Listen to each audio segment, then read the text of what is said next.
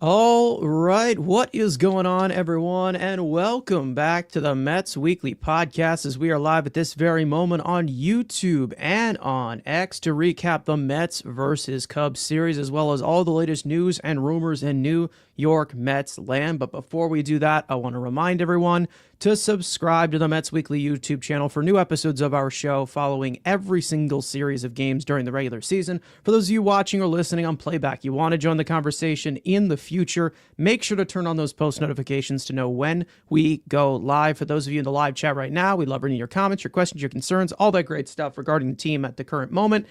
And if you feel like you're being ignored, you're not being ignored. You're just being starred throughout the show. We'll try to pull up as many as we can to keep the flow of the conversation going. Make sure to follow Mets Weekly on X and on TikTok for my co-host right here, Frank's instant reactions after every single regular season game, titled the Mets Frankly Postgame. For our audio listeners, make sure to follow us on all your favorite listening platforms to not miss the audio version of new episodes that go up at 9 a.m. the following day. Also, make sure to give us a 5-star review. That would be greatly appreciated. So without further ado, let's get into episode number 134 of our show. And we are coming off of a series against a high-powered offense in the Chicago Cubs, which the Mets were able to keep in check for the most part. Still seeing the constant worries and constant issues that they've had so far offensively, still on display. But they do get the series victory, able to pull it out on Mother's Day, as whether it was fluent or not, still some things to discuss of the events that we saw, some great performances, some ugly performances. But Frank, you're here as per usual. I don't even know why I'm saying that as a surprise.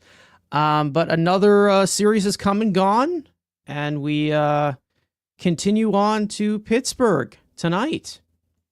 Yeah, I mean, listen, the grind doesn't stop when it comes to baseball. I mean, just because you win a series, guess what? You got another one tomorrow. So it's kind of just like, with the 162, you got to keep going. But this was a good one for the Mets. I mean, this was a very good test going up against the Chicago Cubs because, like, we knew about the offense that they have shown so far this season and what they're capable of. And to see the Mets still win this series and putting up good run totals in all three games. I mean, game 2 was frustrating. It was a game they certainly could have won, and that's been the case that we talked about. Pretty much most of their losses have been by 1 run to 2 runs. So, they could have swept this series, but overall, getting the win is the most important thing, and they were in every single game, and they weren't overmatched or overwhelmed by this Cubs offense.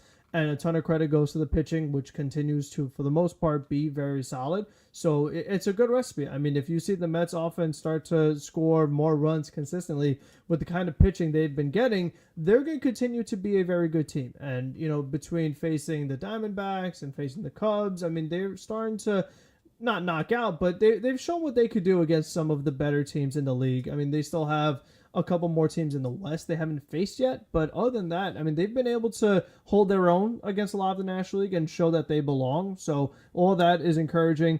And we, again, like we said, we still know they're capable of more. I mean, Juan Soto, we had started to see some good signs. Didn't really show it the last couple games. So they're still doing very well despite that still not being where he's supposed to be. I saw something say about like WAR and F-WAR and all that stuff. And it's like Alonso and Lindor are near the top. Soto's not, and he's supposed to be. So they've been able to play this well even without the guy they paid the most to giving him what he's capable of. So as we know, like we've talked about a ton of times, they've had injuries in the rotation. A couple guys haven't pitched yet for them. So I think to still have this record, still be where they are in the league, compete with these better teams, despite some of the other stuff that's going on, I think all those are positive things.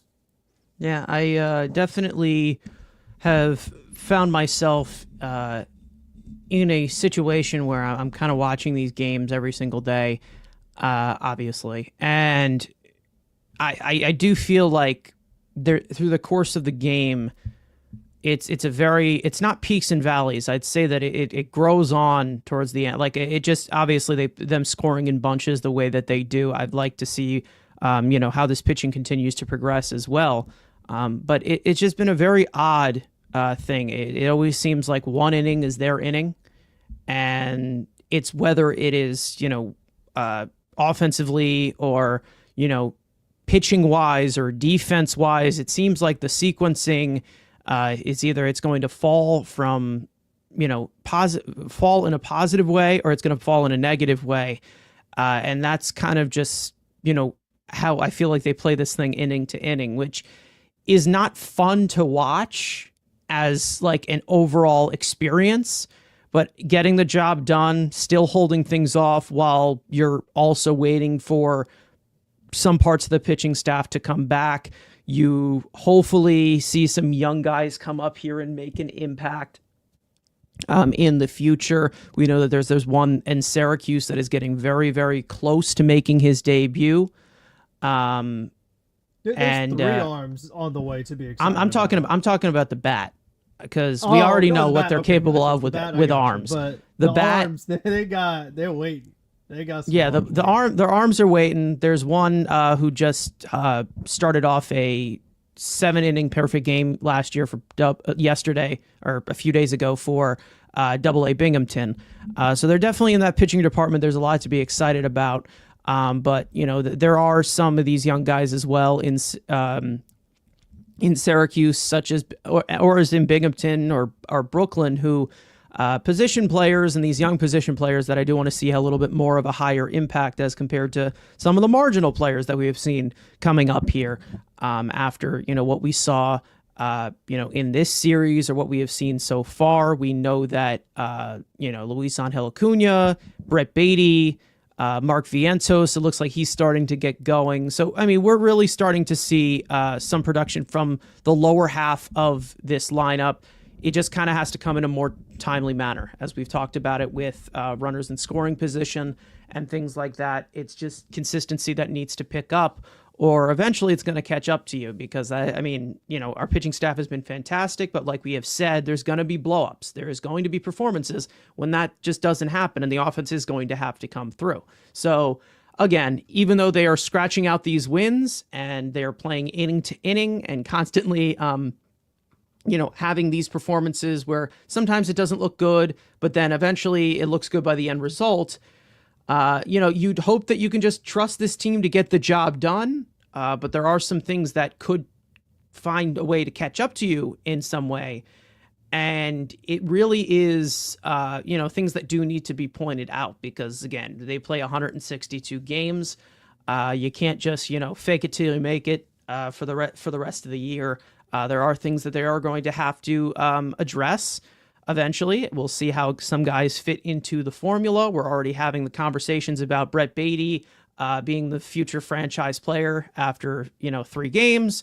We're talking about Mark. We were talking about Mark Vientos having to go down to the minor leagues 3 games ago, and now he has a great series, and then all of a sudden he should be the DH. So there are a lot of moving parts that we know they are eventually going to be discussed. A lot of decisions do have to be made with some guys that are playing well when some guys maybe come back, such as, whether it's those marginal guys like Jose Siri, or maybe there's somebody such as Drew Gilbert, like I mentioned.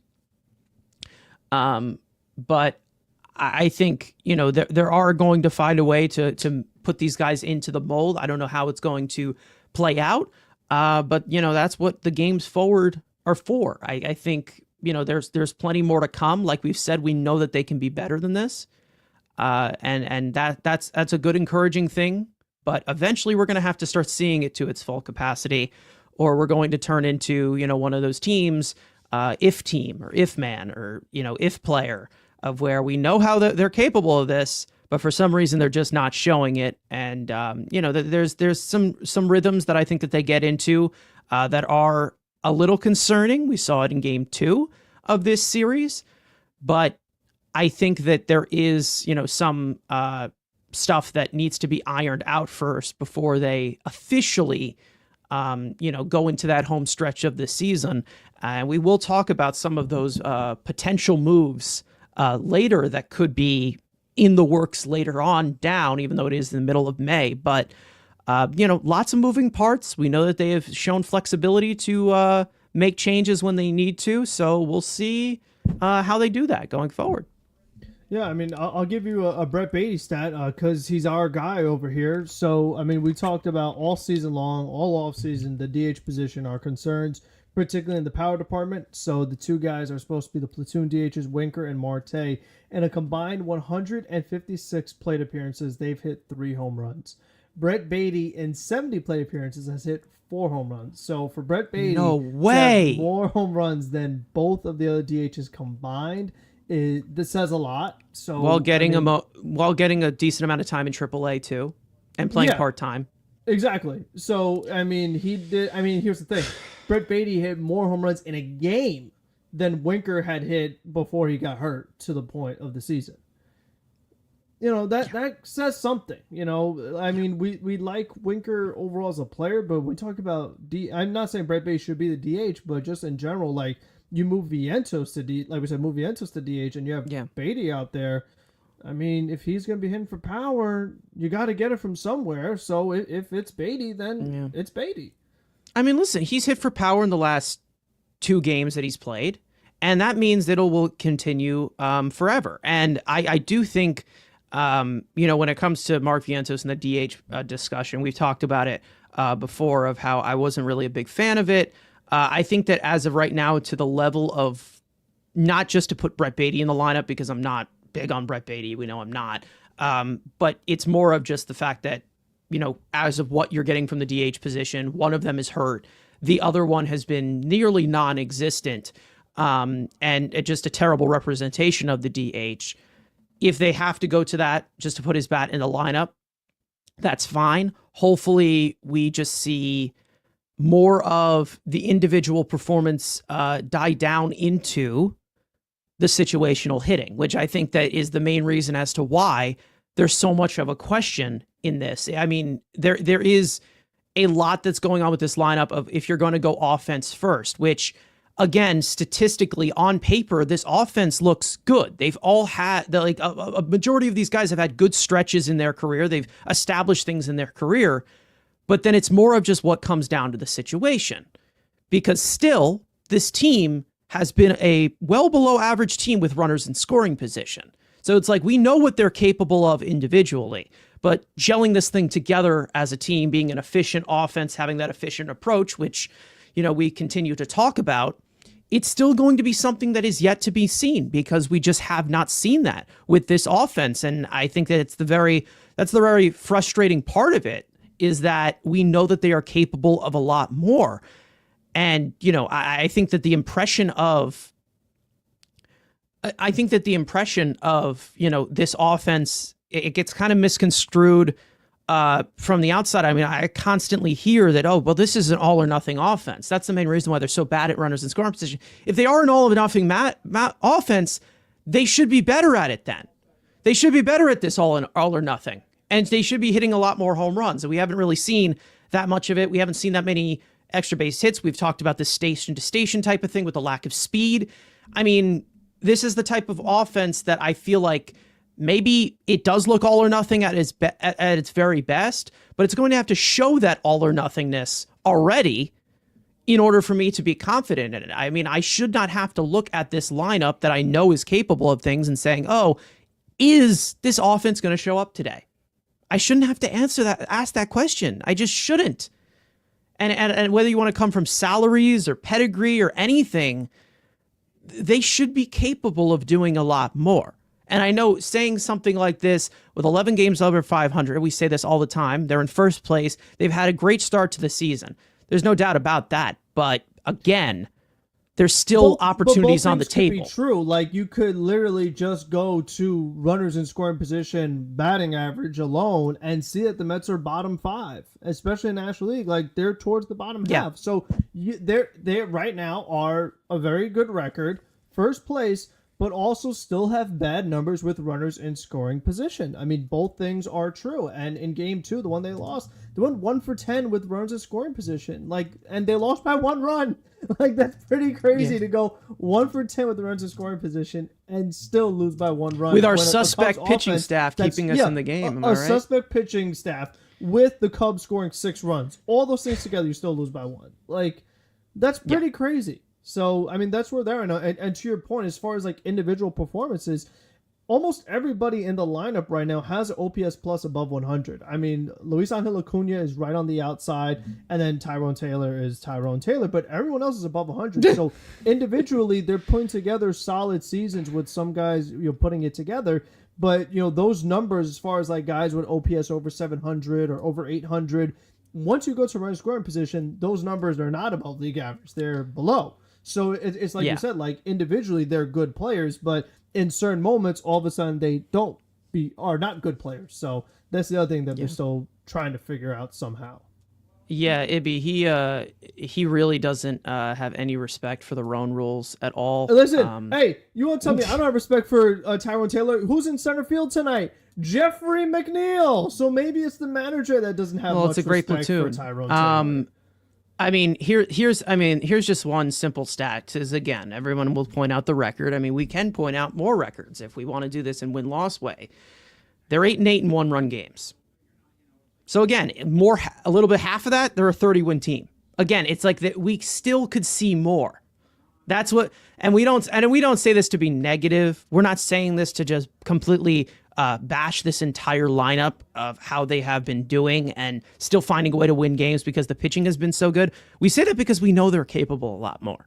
And I feel like that does get misconstrued in a way, especially from me, because I'm a lot vocal about it on Twitter. I know that Frank likes to hide himself on social media. But for me, it's more of the fact that I know that they are capable of this. It has nothing to do with me saying, well, these guys suck. I want everyone gone and I want everyone to perform bad, so I'm right. No, I know that these guys are capable of doing more. I do.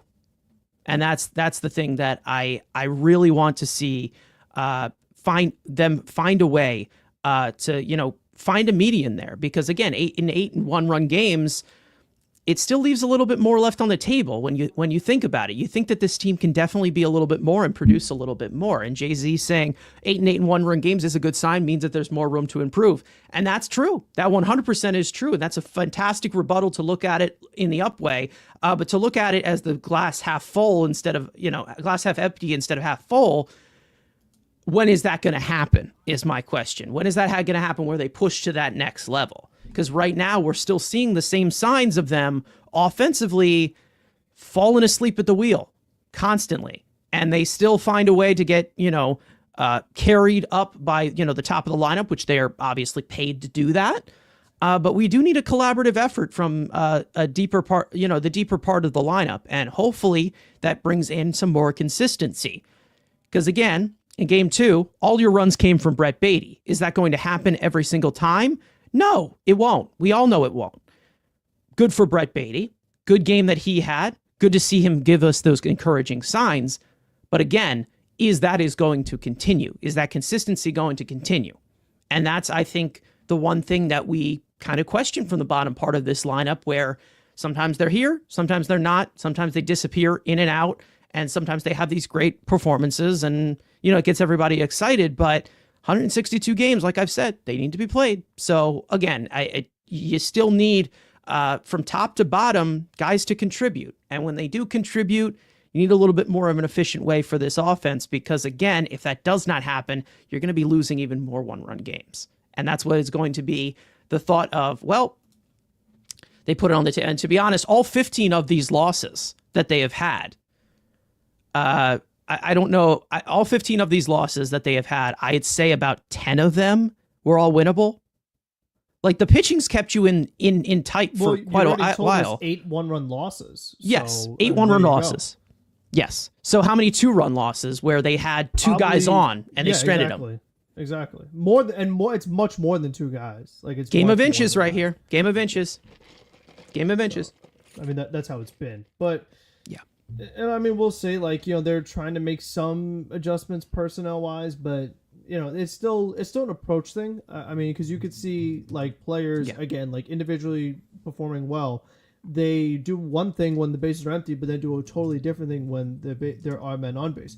And I think somebody who I'm kind of seeing an example of that a little bit is with Nimmo. I mean, I think in this series for Nimmo, I'm starting to see a little more old Brandon Nimmo with some of the swings he was taking, as far as Thank God. Little half swing, little check swing, dunking it into left field, getting some base hits with nobody on, with 2 outs. So I feel like for Nimmo, you're not going to see half swings and check swings with men on base. He's out there looking to pull. So, that's something that, maybe with men on, he could every now and then kind of dip into that to get those runs home. But I feel like that's kind of one of the examples that I've seen as far as like these guys literally changing their approach depending on the situation. Yeah, it would be nice to see some of those adjustments stay efficiently, obviously. I think there is a way for them to just, pan things out and have some kind of a plan for these types of situations. Because I know that these guys are smarter hitters than this. I feel like there are just a lot of instances where I'm seeing with this offense, and I'm just like, okay, what the hell are you doing? What are you thinking here? Like, why is this the thought process as compared to something else? Guys, Frank has been having some issues with his camera these last few days. I don't know what has been the deal there. I've had those issues with my camera too. It's just kind of how it kind of is. But let's see. Carlos saying, I'm dying for someone to show me the win-loss record with McNeil in the lineup versus without. I don't think they've ever won a game with him in the lineup since he came into the league. Yeah, pretty sure. And Matt just saved his life, so thank you, Ibby, for rescuing him.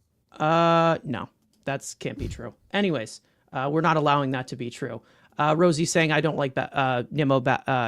I don't think that Nimmo should bat fourth. I mean, we've talked about this before. It's probably the middle part of the lineup that he's better at, or the top part of the lineup if you want to make those adjustments with Soto not being himself. But yeah, so as far as the Mets when it comes to running scoring position, the only teams in the National League that are worse than them are the Pittsburgh Pirates, who we'll be seeing tonight, who absolutely stink, and the Colorado Rockies, who are on pace to be the worst team of all time. So those are the two teams in the National League that are worse for runners in scoring position than the Mets. Well, and they have the Pirates beat by 2 points. Well, I don't know. Yeah.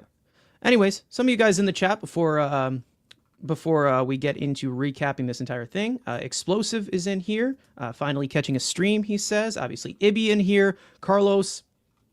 Let's see who else is in here in the chat. Jay-Z, he popped something up earlier.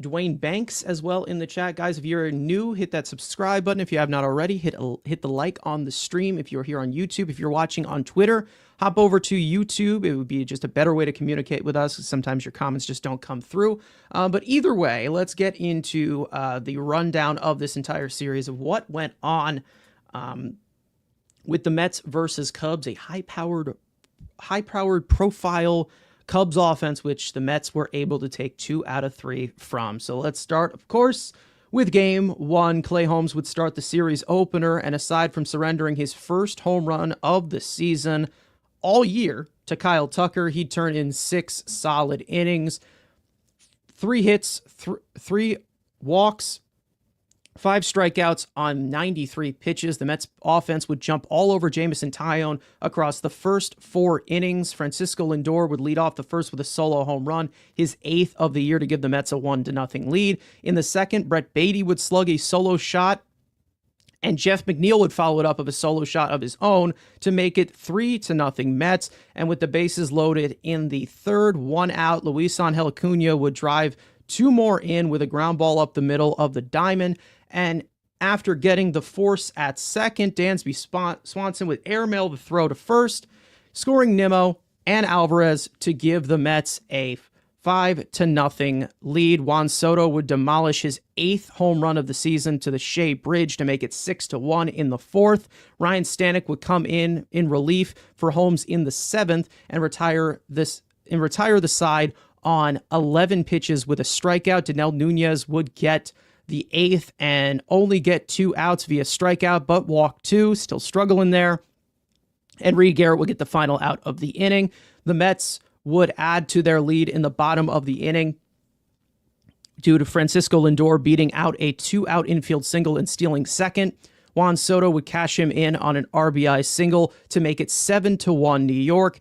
Jose Budo would come in for the 9th, and after surrendering a leadoff home run to Michael Busch, he'd strike out 3 batters to end the game and take Game 1 of the series 7-2. Game 2, Tyler McGill would make his 8th start of the year, and he'd struggle through 4 2/3 innings pitched, allowing 4 earned runs on 7 hits, walking 2 and striking out 7 on 77 pitches. The Mets would find themselves down 4-0 in the fourth, and following a leadoff single by Pete Alonso and a one-out single by Mark Vientos, Brett Beatty would crush a 3-run homer to right field to make it a 1-run game. Huskar Brazaban would finish off the fifth for McGill. He would toss a 1-2-3 sixth and get the leadoff man in the seventh before handing it off to Genesis Cabrera, who would finish the inning on 6 pitches. Max Krenick would get the eighth and struggle to find the strike zone, walking two to load the bases and surrendering a 2-run single to Miguel Amaya to give Chicago a 6-3 lead. In the eighth, after a 1-out single by Mark Vientos, Brett Beatty would strike once again, launching a 2-run homer, his second of the game, his third of the series, to get the Mets within 1 run once again, but they could not finish it off in the ninth. After a leadoff walk to pinch hitter Jeff McNeil, Francisco Lindor would ground into a double play, and Juan Soto would ground out to end the game. And after going 1 for 10 with runners in scoring position, the Mets would drop Game 2 to the Cubs 6-5. And in Game 3, Griffin Canning would make the start on Mother's Day, which also happened to be his 29th birthday. And he tossed 6 strong innings of 1-run ball after surrendering a solo shot to Pete Crow Armstrong in the 6th, finishing the inning off and ending his day with 6 innings pitched, 2 hits, 1 earned run, 1 walk, 5 strikeouts on 92 pitches. The Mets would open the scoring against Matthew Boyd after a 2-out hit by pitch to Starling Marte. Luis Torrens would drive him in with an RBI single to give the Mets a 1-0 lead in the second. Tied 1-1 in the 6th. Mark Vientos would make it 2-1 Mets with a solo home run, his 5th of the year. But in the 7th, Reed Garrett would come in relief of Canning, and after walking the leadoff man, Nico Horner would tie the game at 2 with an RBI single. Only the second earned run charged to Garrett all season. Ryan Stanek would get the 8th and retire the side on 11 pitches with 2 strikeouts. Francisco Lindor would put the Mets in front with a solo shot to right center. Pete Alonso would follow later with a 1-out double. Mark Vientos would drive him in with an RBI single to make it 4-2 Mets.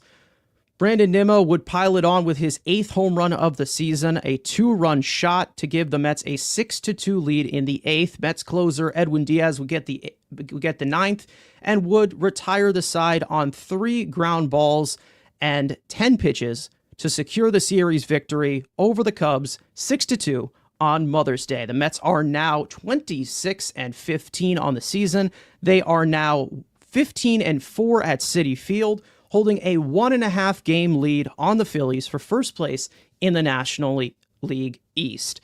So definitely quite some takeaways. Like we have seen, the Mets take 2 out of 3.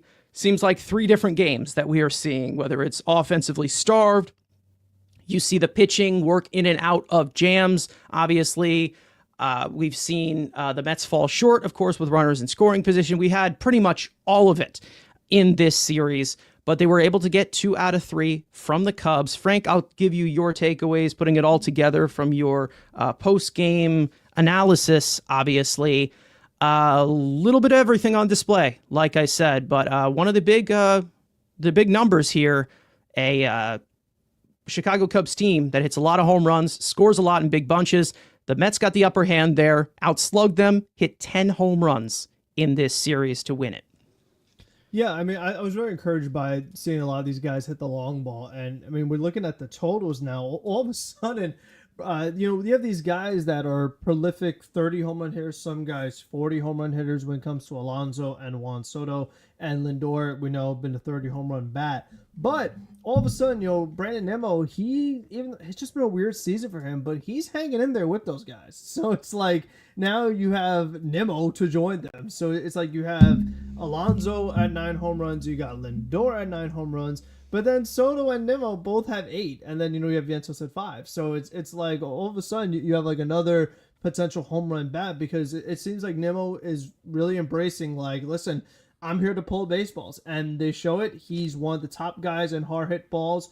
Unfortunately, too many of them have been hit on the ground. So I think he might be trying to unlock just like this element that's kind of been in and out the past few seasons for him. But it feels like more now that he is embracing, like, I want to be a home run hitter. And he technically has the power to do it because it's like he's there with these guys. So I'm just kind of curious to see how that ends up when the season's over. Like, what are the totals for Nimmo in particular? Does he actually reach the 30 home run threshold for the first time in his career? I mean, that's something that would be pretty interesting to me. And then if Vientos could get a little more consistency, we know he's also capable of 30. So Yes. I'm just kind of curious to see like where these guys finish when it comes to that, because this is the first time you really saw them hit a lot of home runs in a series, and it's something that I've been waiting for because, like I said, I know these guys are capable of 30 home runs, 40 home runs because they've done it in the past, and with sample sizes would have had it in some other cases. So I've just kind of been waiting for like when are we actually going to see more home runs, and could it be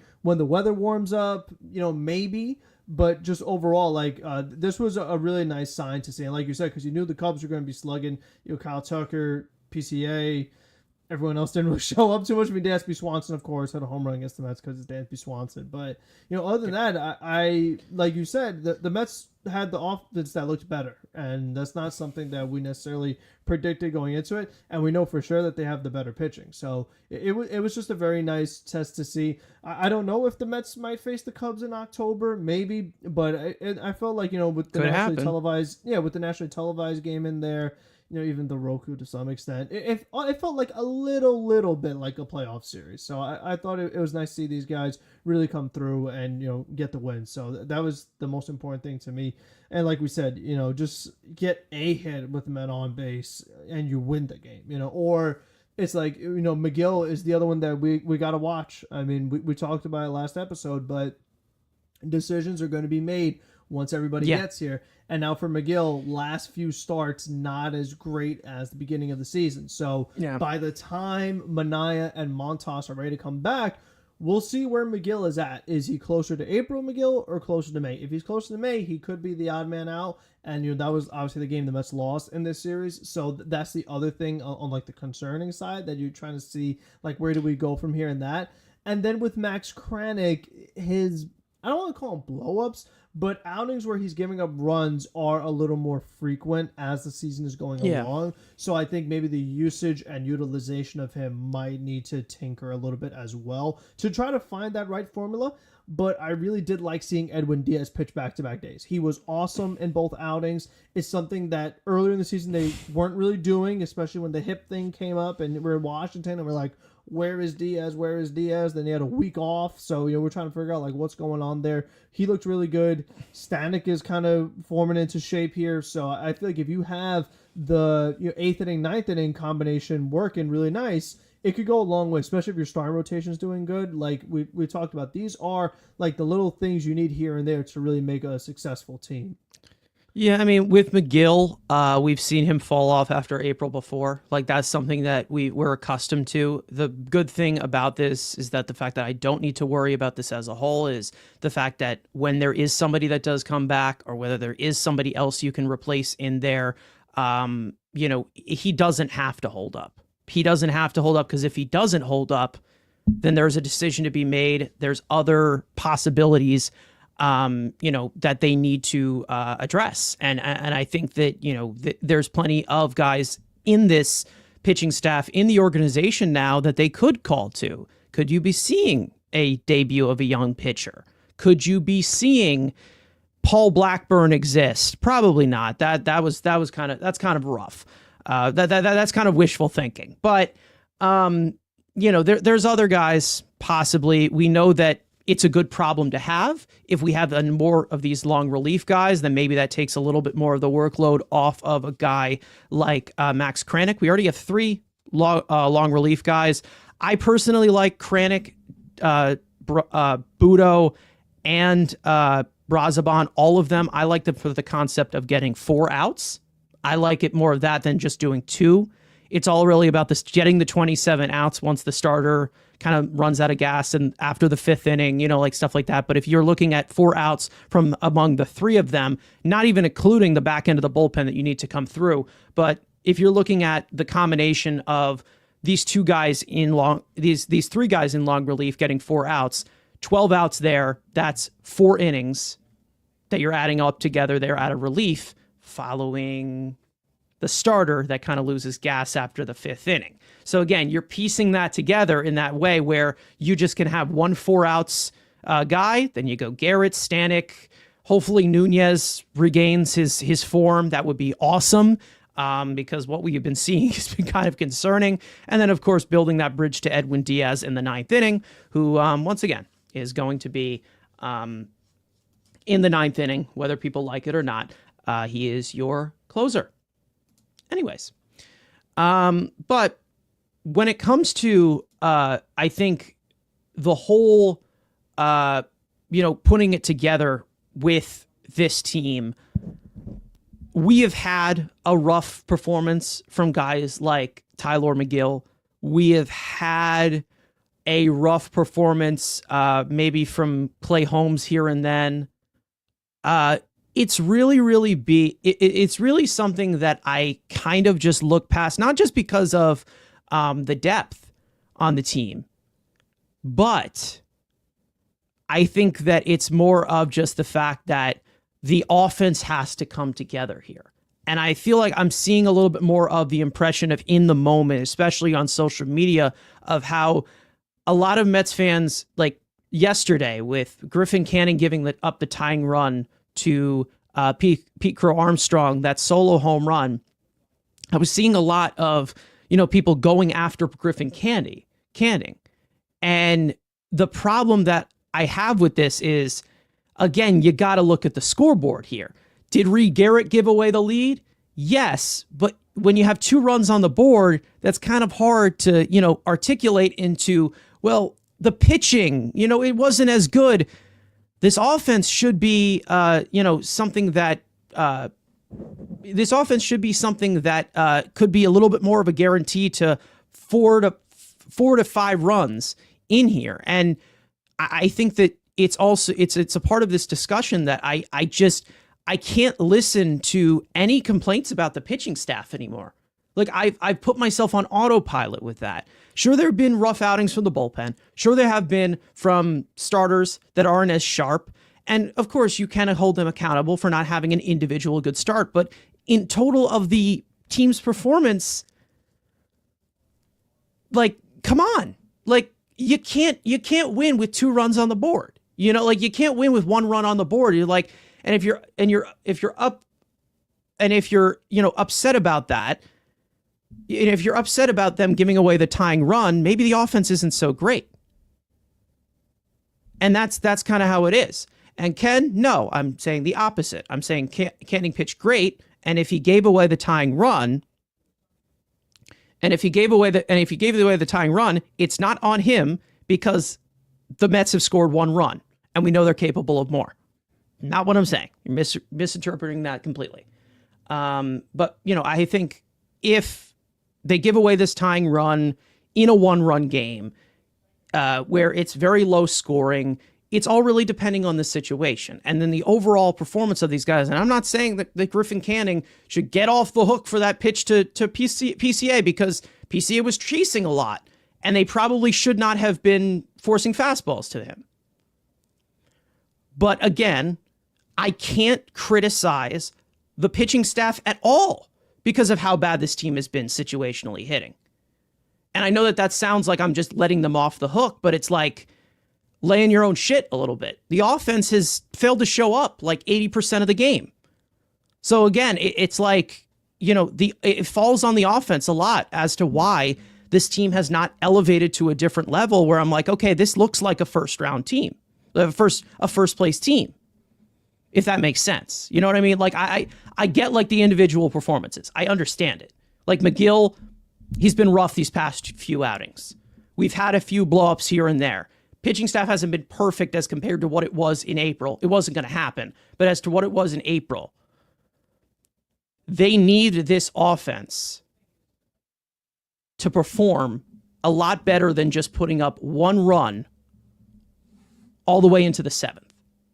That can't happen. That just can't happen. The offense has to come through, and that's the main reason as to why I'm overlooking everything that the pitching does, because there's things that happen that I'm like, well, the offense has to be better. I don't know what happened. I think you just got sucked into a dimension, but hey, It happens. So now that you're back from the dimension, Yes. I mean, I it's try to just change the browser. This way the camera stops doing weird stuff. So we'll see if that helps everyone. okay. I apologize. But here's the thing with pitching. Like, guess what, guys? A pitcher can miss location. So you may intend to like throw out of the zone to PCA, but you miss your release point, and guess what? It's in the zone and he hit it over the fence. Yeah. That does happen. Like pitchers do miss spots. As much as I get annoyed, I'm like, I don't think they intended to throw this pitch down the middle in this count against this hitter in this situation. Like that's part of pitching, but it's like if he gives up if he goes whatever it was yesterday, 6 innings or 5 innings, 1 run against the Cubs offense, really, we're upset about that. This is Griffin. That's Canning, what I folks. mean. I'm like, also, seriously, like you have to put under the lens that this guy was one of, if not the worst starting pitcher in the American League last year. Like to get that out of him and still, now middle of May and Canning is still all in all been awesome is crazy. Like the Mets I think we're just I feel like the fingers are getting pointed so in such a reactionary way that it's like I'm seeing it was like, oh, nice pitch, Canning, you really screwed us there. I'm like, it's 1-run ball over 6 innings that you're getting from the guy who was the worst pitcher in baseball last year. Are you kidding me? Like, tell the offense to lay in their own shit and figure something out. It's like, it's like get a hit here or there and a solo homer to PCA. It doesn't mean much. The thing that annoyed me most, and I tweeted, was like Gary Cohen was like, Armstrong in Flushing. That's Frank. Frank, by the way, did you know that the Mets traded Pete Crow Armstrong? Well, if SNY didn't tell me, Fox made sure to let me know, and if Fox didn't tell me, Roku made sure to let me know. So I made sure that I didn't miss it, and they got you covered. 3 different people, but like Gary had that so ready to go, like locked and loaded. It sounded like it was from a script, and I was like, of course. Why are we so like focused on making sure that this is what we like really nail home? Yeah. Like, the Mets trade away, like we know, like we are. We know. We're aware. Like Met fans know. We're aware that the same guy that did trade him got a DUI like 2 weeks later. Yeah, we are aware. We're aware. Yes, we are aware. And I'm just going to let you guys know one more time. And then Carson, wait, they doubled down because they're like, and then Justin Turner, who's a former Met, him and PCA are best friends now. It's like, great. Like, just keep sick. Keep digging it. Just keep digging. Like, come on now. Sick. Yeah, 6. They've both been wronged by the organization. Yeah, I'm sure that's true. But shut up. It's like they're assembling. We get it. I mean, Carson, you probably don't know this, but it's like they're assembling their own version of the Thunderbolts. It's like all these guys that were done wrong in the past, now they all become together, become a team. Yeah, like that's what the Cubs are now. Just like a bunch of Mets that they let get away, and this is what happens. Joining forces after being done wrong, and we know that this organization was bad. We know at one point it was a clown show. They're trying to move out of it, but there's still shades around the league. There's still guys. Than 1 point, much more than 1 point. They were a clown. Much more than 1 point. Yeah. It was more of a collective of multiple decades that they were incompetent. I'm just going to let you guys know the Mets did trade Pete Crow Armstrong. I'm just letting you know. If you did not know that, that this is new information. I did not know, but I'm just letting you guys know one more time. The Mets traded Pete Crow Armstrong to the Cubs for Javier Baez. So, listen, so in case you guys need one more never mind. Anyways, it's just like, we get it. We know. We know that this is going to be a storyline and they're going to milk it. We all know that Fox has a gripe to put guys out there that are just going to backhandedly talk about the Mets. Which again, we understand it. But just saying it in so many different in so many different ways, like, oh, they dealt this guy, and oh, Mark Vientos is big friends with PCA, and they called each other when one of them got traded. And I'm like, what are we doing here? Like, seriously, what for what reason are we doing just to talk about that? Like, we know Pete Crow Armstrong has become a really good player recently, and he's produced very well, but it's like, yes, he's just completely tied to the Mets now. And the guy who traded him is no longer here. It's just like, I'm okay if they mention it once, but 17 times is enough. I think it's enough. Definitely. But anyways, uh, we'll see what happens, going forward with what happens with this offense, like we have said. There's another thing, this we've talked about it already before Game for War, saying Mendy's different lineups every day still make the Mets incompetent. I wouldn't say incompetent, but I just feel like there's a lack of consistency within the lineup, and it definitely comes in through a rhythm. And I think that when it comes to the lineup being formed in a way, you change your approach. We know that Brandon Nimmo was a leadoff hitter. Now he's a cleanup hitter. He's a lot different now. Like this happens before. Like this happens. It's not something that's like, oh well, you're batting in this order. Go out there and hit. Like this game is a little bit more complex in terms of matchups of who is on the mound and who throws as much in the zone or who attacks much of the zone. There's a way that the lineup gets kind of formed in there, and you got to have to kind of protect those types of flaws, whether it is with power protection or flaw protection or just creating more damage with the lineup. And I feel like having different lineups every single day doesn't help. I just don't think it does. That's my opinion. That's how it is. Anything you want to add with that? No, I mean, listen, today's another lineup. The fact that they have McNeil hitting sixth and playing center field, like that's a new combination. So this is just how it's been. Like, I mean, to the point, like it is a different lineup every day. So we'll see. I mean, they did well against the Cubs series, so I thought that maybe would have kind of stuck with that a little bit, but this is just what they've been doing all season long, and I don't know. I mean, it's Paul Skeens, I don't agree with that. We'll see. Well, you have what's his name in the middle of the lineup who homered off of him, right? I mean, you're facing Paul Skeens. Didn't McNeil hit a home run off of him? He did last year. He did, yeah, in Pittsburgh. How did it happen? We don't know. But he homered in the Cubs series too. Maybe he'll do it again. Sure. But anyways, as for some other things that I do want to get into here, I do want to talk about something that we kind of gloss over last episode, which did happen. The Mets did sign a relief pitcher to a minor league deal and moved him to AAA Syracuse, and that being Colin Poche. I think I'm saying that correctly. Colin Poche, he was with the Nationals to start the season. It was dreadful for him. He was awful. Obviously, this is a discussion that I feel like would just go on a temporary note. It'd be on the screen. You'd be like, hey, you signed him. But when it comes to the left-handed depth chart right now with the Mets, it's a little thin.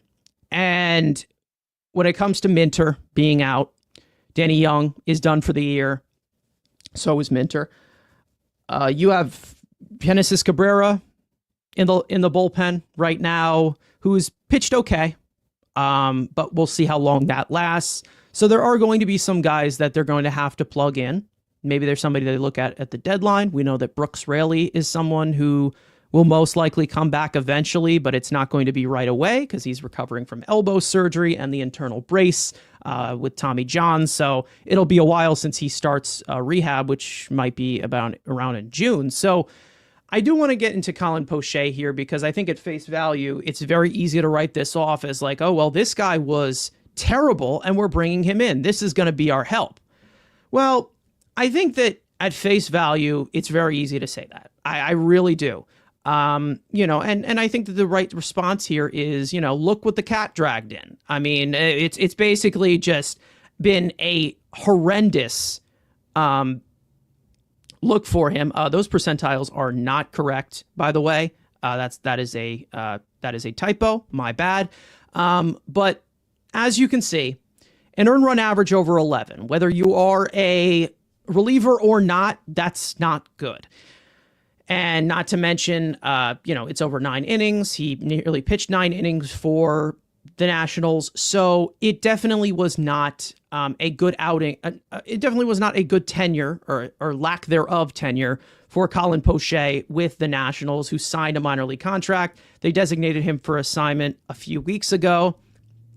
But there are some encouraging things that you can take in. I will say this fastball, very good fastball shape. Like we've talked about with induced vertical break, over 20 inches of induced vertical break, which is very, very encouraging on average. So you're probably seeing him spike to about 21 and a half, which is really good fastball shape, especially from the left side. He's hit 95, 96 before, didn't this year. We obviously see the only plus pitch being that fastball. He has a slider. He's mainly a two-pitch guy from the left side. Now, when it comes to his experience with Tampa Bay, we know Tampa Bay doing well with a lot of pitchers. From 2022 to 2024, he posted a 3.27 earned run average across 156.2 innings with Tampa Bay, obviously getting the best out of him the way that Tampa Bay did. And these numbers are correct. He was not able to get chases, got a decent amount of strikeouts for the amount of walks that he was, but he was walking a ton of batters. He walked, I believe, 10 of the 47 batters that he faced with the Nationals. So a really rough stretch for him. It's 8 2/3 innings. So does that mean his career is completely over? No. And that's the main reason as to why the Mets probably took a flyer on him as a lefty, which the Mets are kind of struggling the lefty reliever department as of right now. He was getting hit hard, wasn't able to expand the zone. Just not what we've seen from Colin Poche for the last 3 years, like we said in Tampa, when he did so well from them from the left side. I think that this is one of the options down the line that maybe they will make some tweaks with, of course. Obviously, like I said, at face value, 31 years old, not a great 31-year-old season, not off to the greatest start. But there is some stuff that they can apply here. But I think, Frank, we can all agree that the main thing for him is he's got to throw strikes, because that has been the main problem with him. And he's been one of those pieces in that Washington bullpen that we've talked about it before, why it's been so terrible. Yeah, I mean, listen, going from Tampa Bay to Washington, as far as when it comes to the pitching department, is a pretty big deal. And to your point, I mean, this season with the Nationals and his limited sample size, they're at 12.5 walks per nine, and he pitched about 9 innings. Compared to in Tampa, he was always in the threes, low threes, mid threes. So, I mean, that definitely is a big change for a pitcher. And like you said, if he's not throwing strikes, it's going to make things just really rough for him. So that definitely was the main issue. And we'll see if it's something the Mets are able to work with. He's trying to incorporate that curveball. It's not something that he really was throwing the last couple of seasons, and he's only using it at 2% usage. But still, I mean, even when he was with Tampa, he was using the slider a little more. So I wonder if maybe they're going to try to focus more on that, because that's something the Mets have made an effort to do when they are bringing in pitchers and they are trying to either get them to bounce back or trying to improve them. They change up the pitch selection, some of the pitch sequencing. We've seen that with a guy like Griffin Canning and some others. So I wonder if they're going to try to go with that approach with Poche, if and when he probably does get here. So he's a guy that he was very good, though. I mean, when he was with Tampa, in a pretty big sample size too, and not even that long ago. I mean, like as early as 2023, he was at a 2.23 ERA with the Rays and 60 innings pitched out of the bullpen. So he's someone that he could certainly have an impact when things are going right. So he's not that far removed from when he was solid. And as we know, I mean, this is what Stern specialized in. He has an eye for talent, especially underutilized talent or talent that, they feel like they can make some tweaks here or there and they get much better results out of. So, there's no such bad thing as a minor league contract, especially left-handed relievers. So I'm all for it. And, who knows? By the time the season's all said and done, you have Poche in there and Brooks Raley, another former Tampa arm who the Mets traded to come here a couple years ago. All those injuries happened. But, all of a sudden you're like, oh, well, we have no lefties that we trust. And all of a sudden you might have a couple by the time it's all said and done. So this you just kind of have to let it play out and, see if it pays off. I mean, here's the thing. I really I like this edition only just because there's a base here. I feel like if there was some things that weren't as encouraging and it was more of just like this high floor arm that Well, he's gotten outs before. He'll do this outs before again, but I feel like, again, plus fastball, of course, slider usage down a little bit. There's another thing in here that I feel like is the more encouraging part of this different look type of philosophy that you get from David Stearns as well. This is a very high arm angle that this guy is throwing at, about 57 degree for 58 degree arm angle from the left side. Not to mention with that, like I said, over 20 inches of induced vertical break on a fastball. So again, this is probably a separation thing that I'm seeing. I'm also seeing release points be very tipped here as compared to what he was seeing. I'm seeing the slider and the fastball here in the underlying under the hood stuff. I'm seeing the slider and the fastball very far apart in release points. So maybe some type of a tipping thing, which is most likely possible when you're throwing overhand like that, which, sports science has talked about, of like the chimpanzee arm angle where he's like winding it up. So again, I think that there are things that are here. I think there's a low floor, as we're seeing right here, where he can't find the strike zone, and they're going to have to touch some things up there. We'll see how he does in AAA, but it is going to be another option that maybe could be someone who could eat innings and fill in what we need to fill in before guys like Brooks Raley maybe come back. Before maybe there's somebody else in there like Felipe De La Cruz, which I think was mentioned in the chat here, who is actually off to a really good start in AAA Syracuse, but he can also go multiple innings, so that could be something that they maybe try. But from the left side, those different types of looks, you definitely get that with somebody like Colin Poche. Hopefully, there is something that they can find here where he, regresses to some kind of median, and he's not the 12 earned run average pitcher that we saw in Washington, D.C., because after what we saw in Tampa from him, we know that's not the case. So again, this was not a great year for him so far. Maybe he can pick it up some way and they can tweak some things with him. But we'll see how they do well with these matchups. I don't know what his platoon splits are, if it's like similar to what they saw with Danny Young or whatever from a certain arm angle. But I think this is another piece that is a major league ready piece that just had a really, really rough start. Nothing was going well for him, and maybe they can tap into it once again from what he did in Tampa for multiple years. Yeah, he's got reverse splits this year so far. Okay. I mean, with the Washington Nationals, versus lefties, OPS over 1,163 compared to 774 against righties. So they got to figure what's going on over there, because that is pretty drastic. So we'll see how that goes, but that's what it was so far with Washington. In his career, he has faced 600 right-handed batters and only about 300 left-handed batters. So it seems like he's had reverse splits throughout his entire career, mainly just because of the overall usage with right-handed hitters. But it seems like he does well against righties as well, and it seems like he's done well with lefties in his career too. It seems like overall, at face value, 202 better. Guys are batting 202 against him from the right side, 211 from the left side. So he's had a good sample of pitching to both platoons. Seems like he gives up more.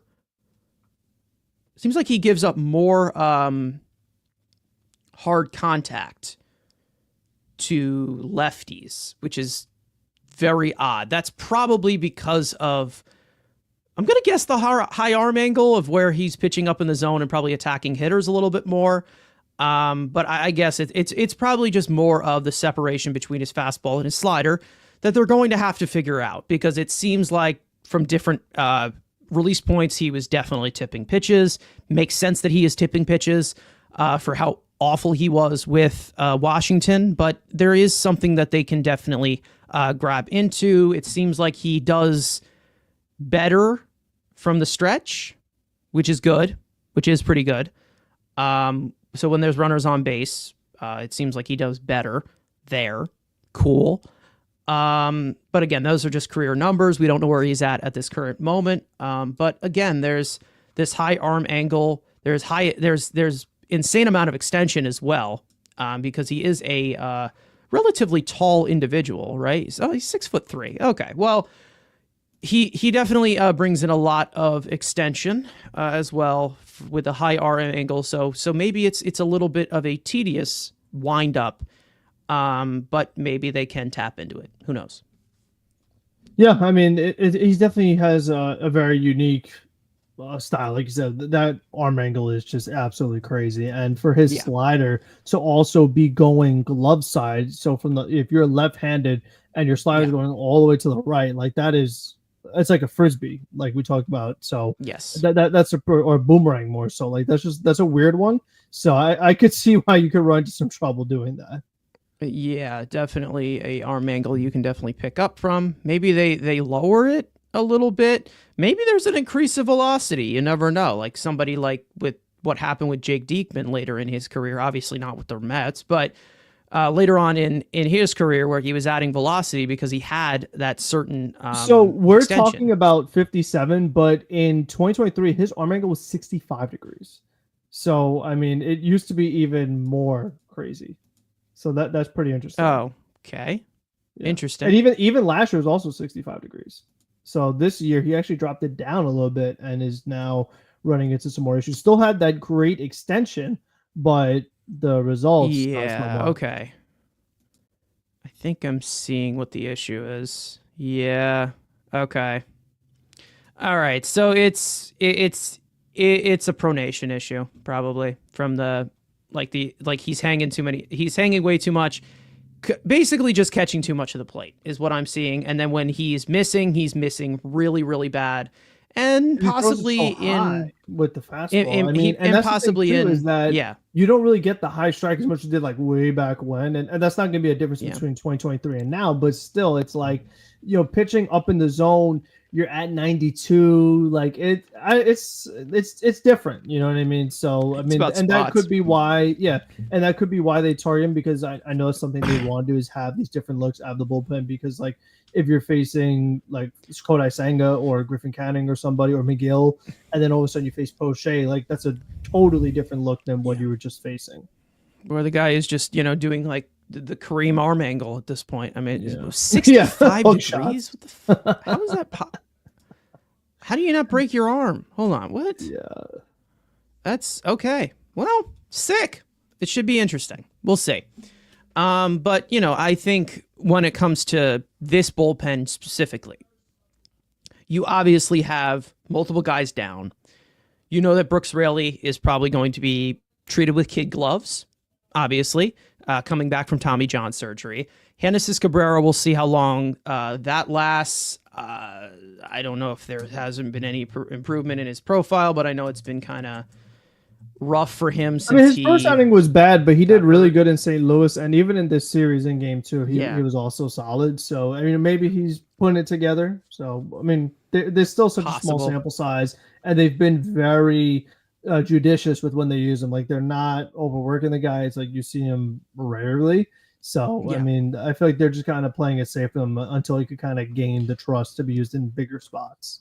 He also has the high arm angle from 43 degrees, not in the extreme of Poche, but in an angle that can make your arm hurt if you watch it. So, that is one thing. Now, speaking of angles, that's something that you're taught in geometry. But also, there is another discussion that was put out on social media yesterday from our great friend Bob Nightingale, the trustworthy and great Bob Nightingale, who's fantastic. But we did get a report about something, and I don't want to spend so much time on this because, again, it's a discussion that doesn't really belong here at this current moment in the middle of May. But it is also opens a little bit of a discussion, obviously, with the timeline here.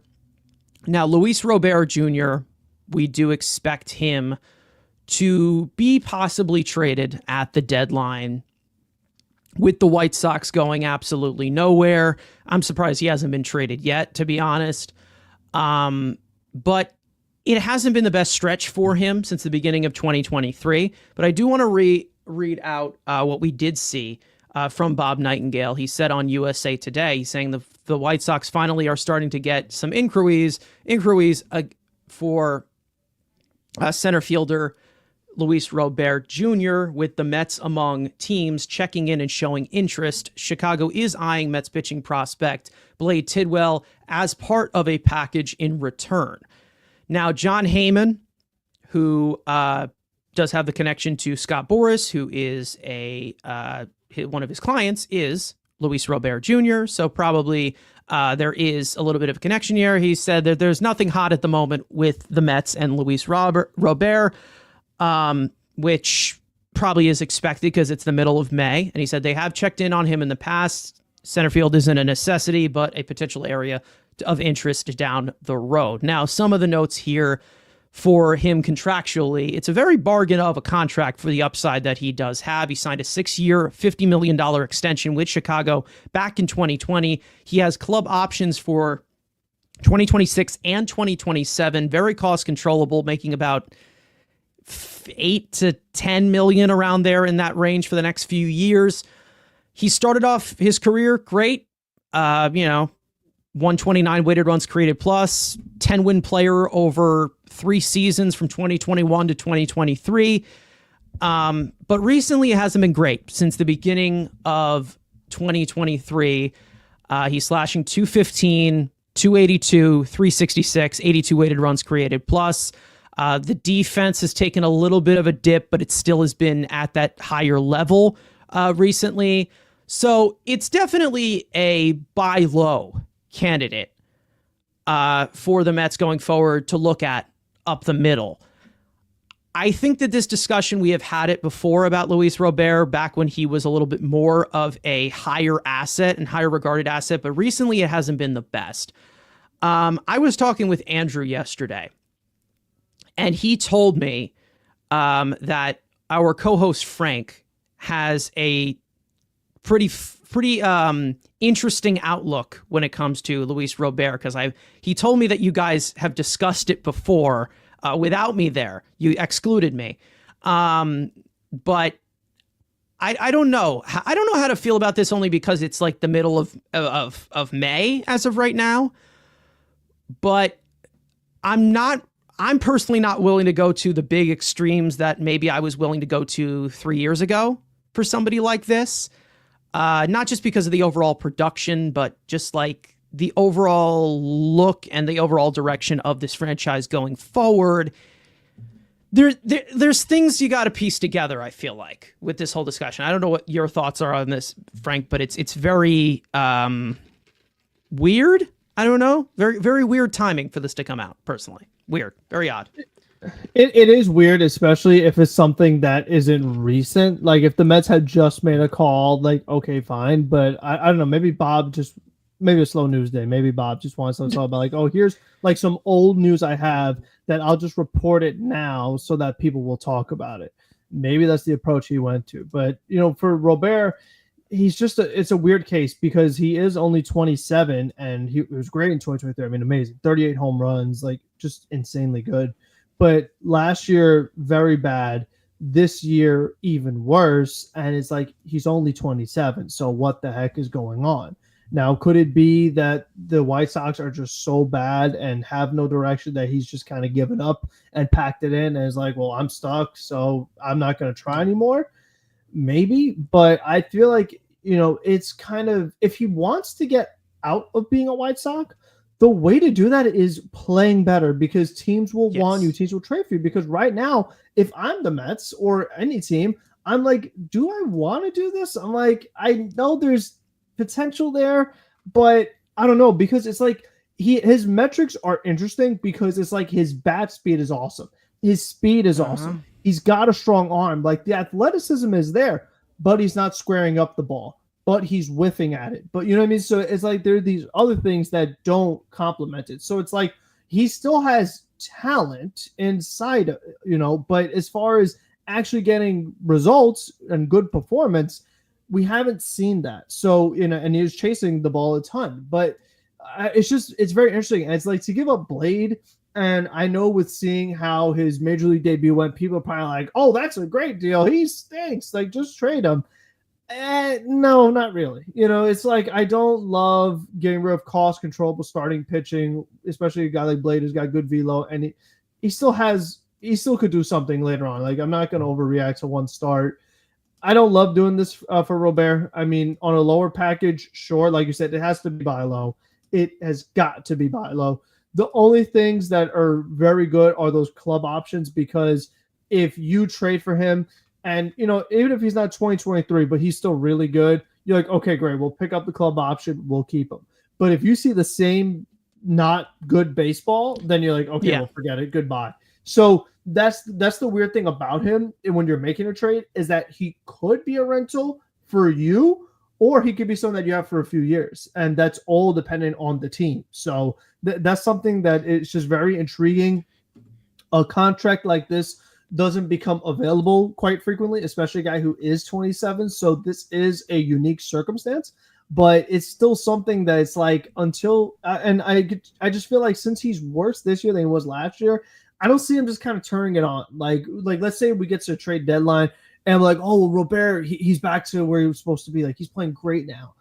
I don't see it. Like, we're now talking, more than a year where this guy's just not been very good. So I don't really love it. I'm saying it's risky.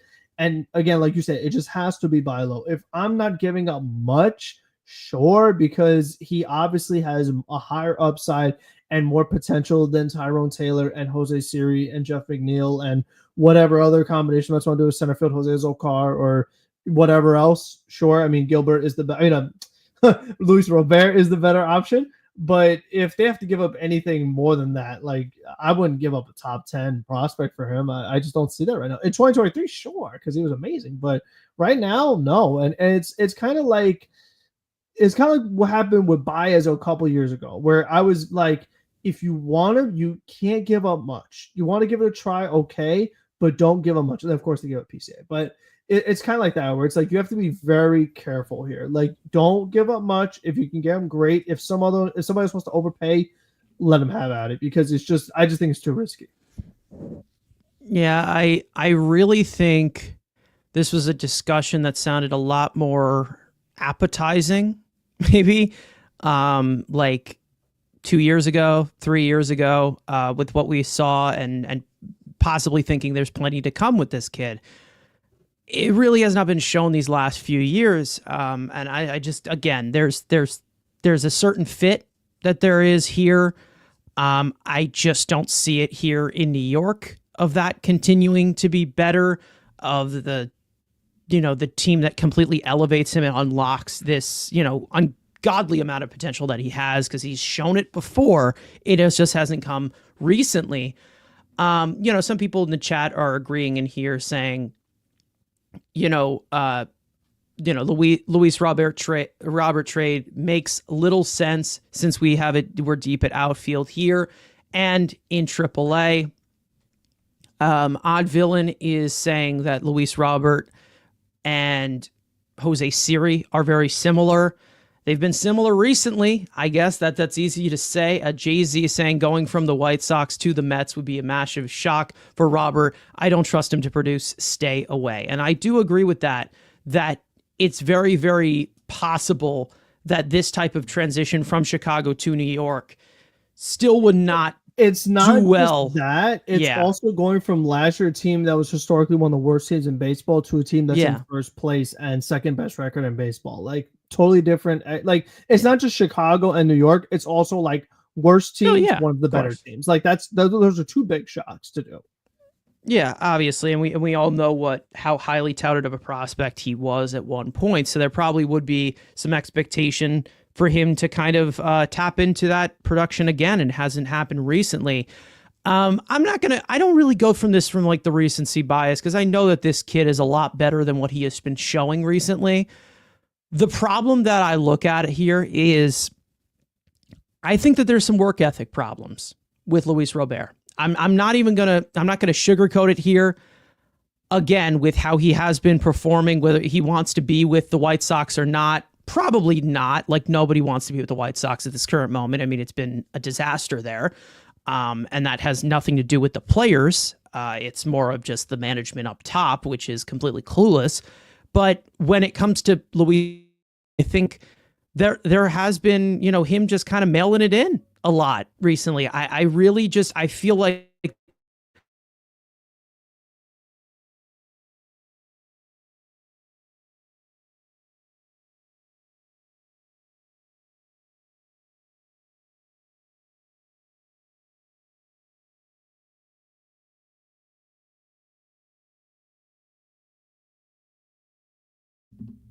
am I back? Did I you were glitch back out there?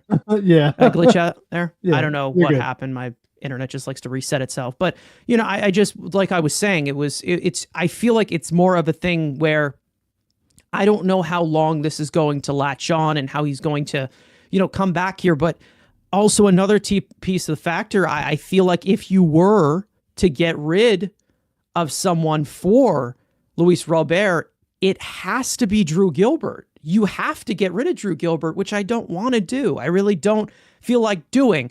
If it was for Luis Robert from 2 years ago, sure. But we don't know if that Luis Robert from 2 years ago is going to translate over to New York. And I feel like there is, maybe it is some kind of it's a mental thing. Because again, we've seen this before. Maybe it's just, he's just not, again, the work ethic issues. Like I've said, it's all very, very possible. And if you do display that on the New York stage, it's not going to end well. It 100% will not end well. Because the White Sox, they're so bad and everything is just falling apart for them.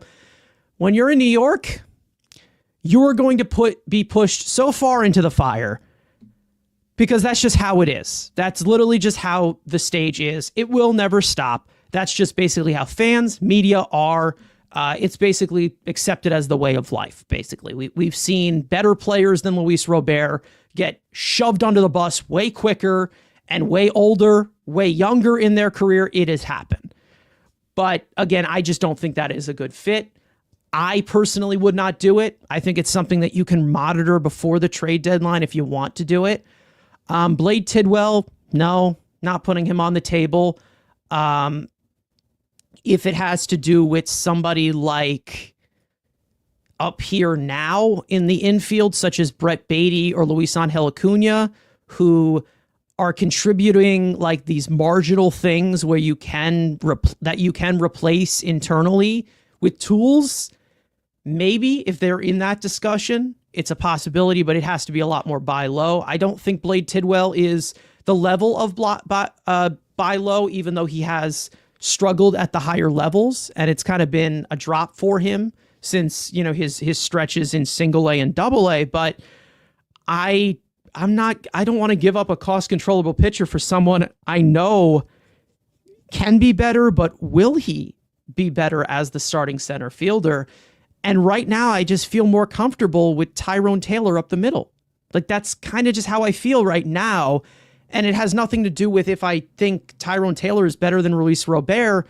Recently, they've been pretty similar in interaction. The difference is there's expectation with Luis Robert. Tyrone Taylor is making $2 million and is a fourth outfielder throughout his entire career.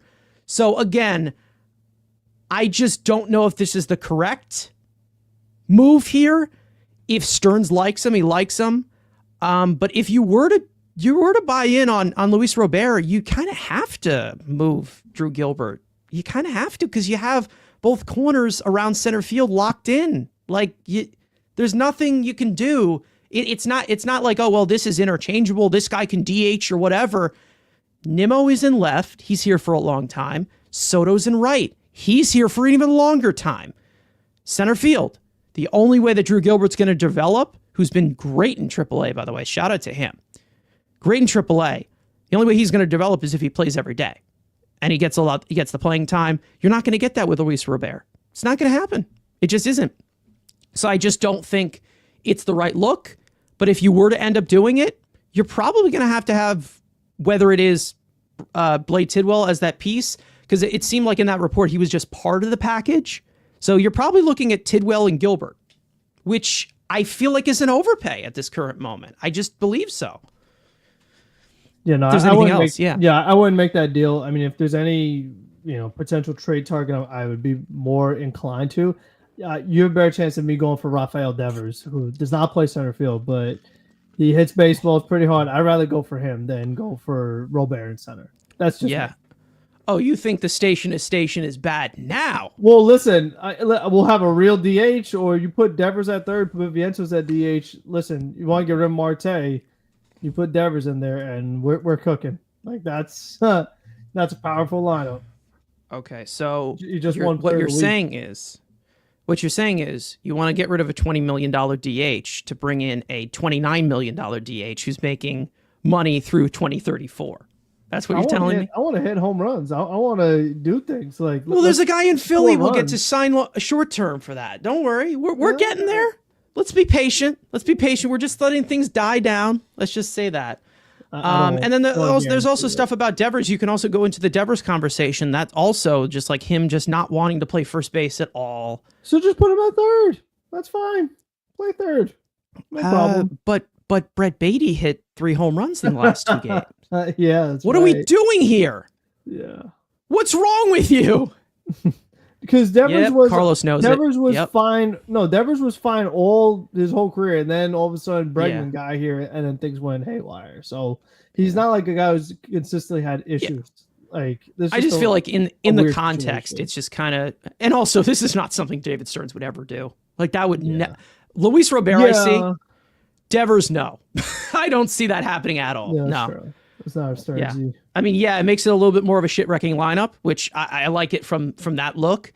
But for some of the problems the Mets have on offense in efficient ways, Devers ain't going to help that. He really is not going to help. Whether it's just the power department, yes, because he can give you that sort of power, but the station to station, the situational stuff, which I think he's also struggled with this year, I don't know. That's more of just putting shit to the wall. But he's a guy that's driven and runs before. I mean, it could absolutely just be you become a Met and you don't know how to. So is Juan Soto, and that bum can't do nothing. Yeah, so it could happen. I mean, anything is possible, but I just think that he's someone that at least I know will help the Mets for sure. If he became Robert, I'm not sure if he would actually help, because if you that's two different discussions. Get the same version of Robert that he is now, he doesn't help you. But if you got the same version of Devers, he does help you, or even a slightly worse version, he still helps you because of how bad. Because that's the thing is that Heyman said, "Oh, center field not much of a need right now," but DH is a need right now because Winker is out and Marte stinks, so it's like you could use a DH. Well, once again, Brett Beatty, 3 home runs in the last 2 days. But we just talked about last episode of like they have not taken the DH position seriously. They have not actually invested to fully address it. And it's like if you had Devers at third and you had Vientos DHing, and Vientos said like whether it was today or yesterday, absolutely he's willing to DH. It lines up. Like everything just kind of like lines up much better. The contract, it's a lot. It's a lot of years, a lot of money. But oh well. Listen, there's teams that spend more, so I don't really want to hear it. I get it, but I just don't think it's the fit that everyone thinks it is as compared to, well, look at this on paper. This is a great lineup, which yes, it can help you. But I feel like filling in the margins of what they need, you're looking at like a Luis Robert to take. Is it Robert or Robert? What is it? I say Robert, but Robert. Okay. Well, we'll call him Louis the Second. Louis the Second or Louis the Eighth or whatever. I think it's one thing. 2 different situations, both probably disgruntled players as of right now who have been stars in this game at one point, or Devers, who still is a star in this game. It's 2 different types of discussions. I see, obviously with the reports of them checking in on him, I don't see Devers in their cards at all, especially with what they got going on with this infield of that surplus. The Dodgers trade for him then is basically what you're saying. I mean, if we're gonna trade for somebody just so the Dodgers don't get him, we're going to No, be but you chasing can their still, tail the whole no, but I'm time. saying that you could still use them, and it's like the team that most realistically could get him, it would be the Dodgers. So Probably. I mean, it's like, Yeah. why would you let the gap get even wider? I don't know. I have no clue, but I mean, again, you pay 15 years for Juan Soto to finish second place. Why would you do that? That's kind of I dumb. would I would like to finish third because then we'll get to build character, and we won't lose any games. We'll learn lessons. But And the hey, thing too, and also like I always say is that I'm more so one that prefers trade than free agency, because at least with Devers, like if the Red Sox agree, like, okay, Devers is mine. With Schwarber, I don't know how that's gonna go. Like maybe I get him, maybe I don't. Like I don't want no, to well, go in. we're I don't not want going to to go trade in. for him, but No, but I'm saying that next offseason, like I don't want to go into the offseason like, oh, it kind of it's banked on like, do I get Schwarber? And also like Kyle next year is going to be 33. Like, what kind of contract are you and realistically giving him? What many years you giving Schwarber? I don't know, 2, 3. If you Something like give that. him 3, guess what? You're gonna have another 36-year-old DH by year 3, which we just Yeah, complained and one about the who's a last good 2 and one seasons. who's an actual good hitter. Yeah, and JD Martinez actually was a good hitter, and then he became a Met and was not good anymore when he became. Yeah, but you 36. have to understand something about Schwarbombs, okay? They're beautiful. All right, Oh, they're I know. beautiful. They're Listen, majestic. you know I love Schwarbs, but I mean, eventually, the man's gonna get kind of old. So Well, it yeah, happens to of everybody. course. But everyone's gonna get old. I mean, you of all people should know that, right? Oh, I know mean, all about getting old, but I'm just saying that like it's. I don't think it's like it's not yeah, I mean, like listen, there's always I love gaps in Schwarber, everybody's but I don't. It's performance. still But not the long-term solution of the DH problem. Like it's a 2-year. no, but I don't think anybody is, unless it's Shohei Ohtani, Well, yes. who's not going to be on the market. So No, you have no. I wouldn't count on that being available. Now, would I trade my entire life savings for Yordan Alvarez? 100%, because I think he's a monster. But Jordan ain't playing too great this year. So you want to make a huge trade for you'll make a huge trade for Jordan, but he's Devers. not in his 30s. And neither is Devers. That's what I'm saying. Yeah, I'm aware, but he also has a shitty contract that is gonna age poorly. Listen, somebody's gonna have to pay Jordan. Well, that'll be me. I will 100% pay 100% of that contract to have Jordan in the orange and blue. You kidding me? He's already wearing orange. Yeah, well, gotta add the blue. Yeah, Jordan, I do a lot for Jordan. That's okay. We already know that. I do a lot for some of these players, obviously. But we'll see how they approach that. I feel like the DH position is going to have to be addressed at the deadline. Will they do it? Who knows? I have no clue. But again, with this lineup, Luis Robert is definitely a fit of what he can provide.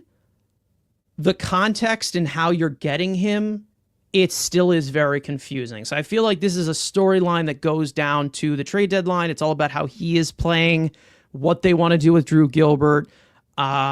Is Jose Siri healthy? Who knows? We have no idea. And speaking of Siri, he was playing he was playing catch today. They posted the video. So and they said, well, that sounds like an injury report. Sure does. All right, Frank, I'll swing it over to you with the injury report. We got some updates here. The floor is yours. Okay, so starting it off with Frankie Montas. Mets starting pitcher threw his third bullpen session at Citi Field on Tuesday afternoon. Mets manager Carlos Mendoza reported this week that Montas is scheduled to throw a fourth bullpen session on Friday and is expected to face hitters by the end of the week. The 32-year-old right-hander has been sidelined since the first week of spring training after suffering a right lat strain. Paul Blackburn, Mets injury report, Hall of Famer, because he's on here every single injury report. He tossed another rehab start on Sunday afternoon for AAA Syracuse. Across 3 innings, he gave up 4 hits, 3 runs, 3 walks, 2 strikeouts on 60 pitches. The 31-year-old starter is expected to make 2 or 3 more rehab outings and ramp up to 70 to 75 pitches before rejoining the team. Blackburn has been on the 15-day injured list since the week of opening day due to right knee inflammation and has been a lot more than 15 days. Jose Siri, Mets outfielder, is progressing a lot quicker in rehab, according to Mets manager Carlos Mendoza. The 28-year-old did some light sprinting, hitting in the cages off a tee/soft toss, and playing catch on Sunday afternoon at Citi Field. Siri was placed on the injured list a month ago due to a fractured left tibia he suffered after fouling the ball off his shin in Sacramento. Luis Torrens, Mets backup catcher Luis Torrens, left Sunday afternoon's game in the sixth inning after being struck in the groin area by a foul ball while behind the plate. After being able to walk off the field on his own, Mets manager said after the game that Torrens is in a, quote, better spot. So that was pretty scary because Torrens was down for a while. I didn't see it. I wasn't watching live. I was just listening. Yeah, and he was laying like on his face for a while. And Torrens is a tough guy. We've seen him like play through just about anything, and he was in a tough spot. He was in a tough spot. He got hit in a tough spot that I don't want to go into detail on. It's very unfortunate. It seemed like from the what is it, the front view, it seemed like he didn't it didn't seem like it got hit, like it grazed his lower. I don't know. It looks like it got underneath. Oh, okay. You know what I mean? Like literally like under and bam. Ow. Yeah. Hurts. No, it's big ow. Yeah, definitely. But I mean, all catchers, like D is saying, he's a tough dude. We've all been there before. Catcher, unfortunately. It's basically how many shots can your body take is basically being a catcher behind the plate. And he's he's in his late 20s. He's not even 30. Yeah, I think like 27, 28. Yeah, we can't pull that comment off. But yes, Daniel, you are correct in that way. So everybody in the chat, you guys can laugh at that. Anybody watching on playback probably don't know what he just said, but I guess it is for the best. Jay-Z saying Blackburn is a figment of our imaginations. He does not exist. Possibly we're getting there. We are definitely getting there. I don't think I've even seen any footage of him in his rehab starts. So it might be a figment of our imagination. But hey, I don't know. But Siri, we'll see. We know that Aura heals a lot quicker. So that could be something there. I'm interested to see what the workload's going to be for Frankie Montas and his throwing progression as he goes through his rehab. I still, for the longest time, I was either expecting him mid-June or maybe it's later than that. Manaea at the moment, for me, I think it's after the All-Star break is what you're looking at right now. And I know a lot of people don't want to hear that, but at the rate that he's going, it looks like Montas is ahead of him.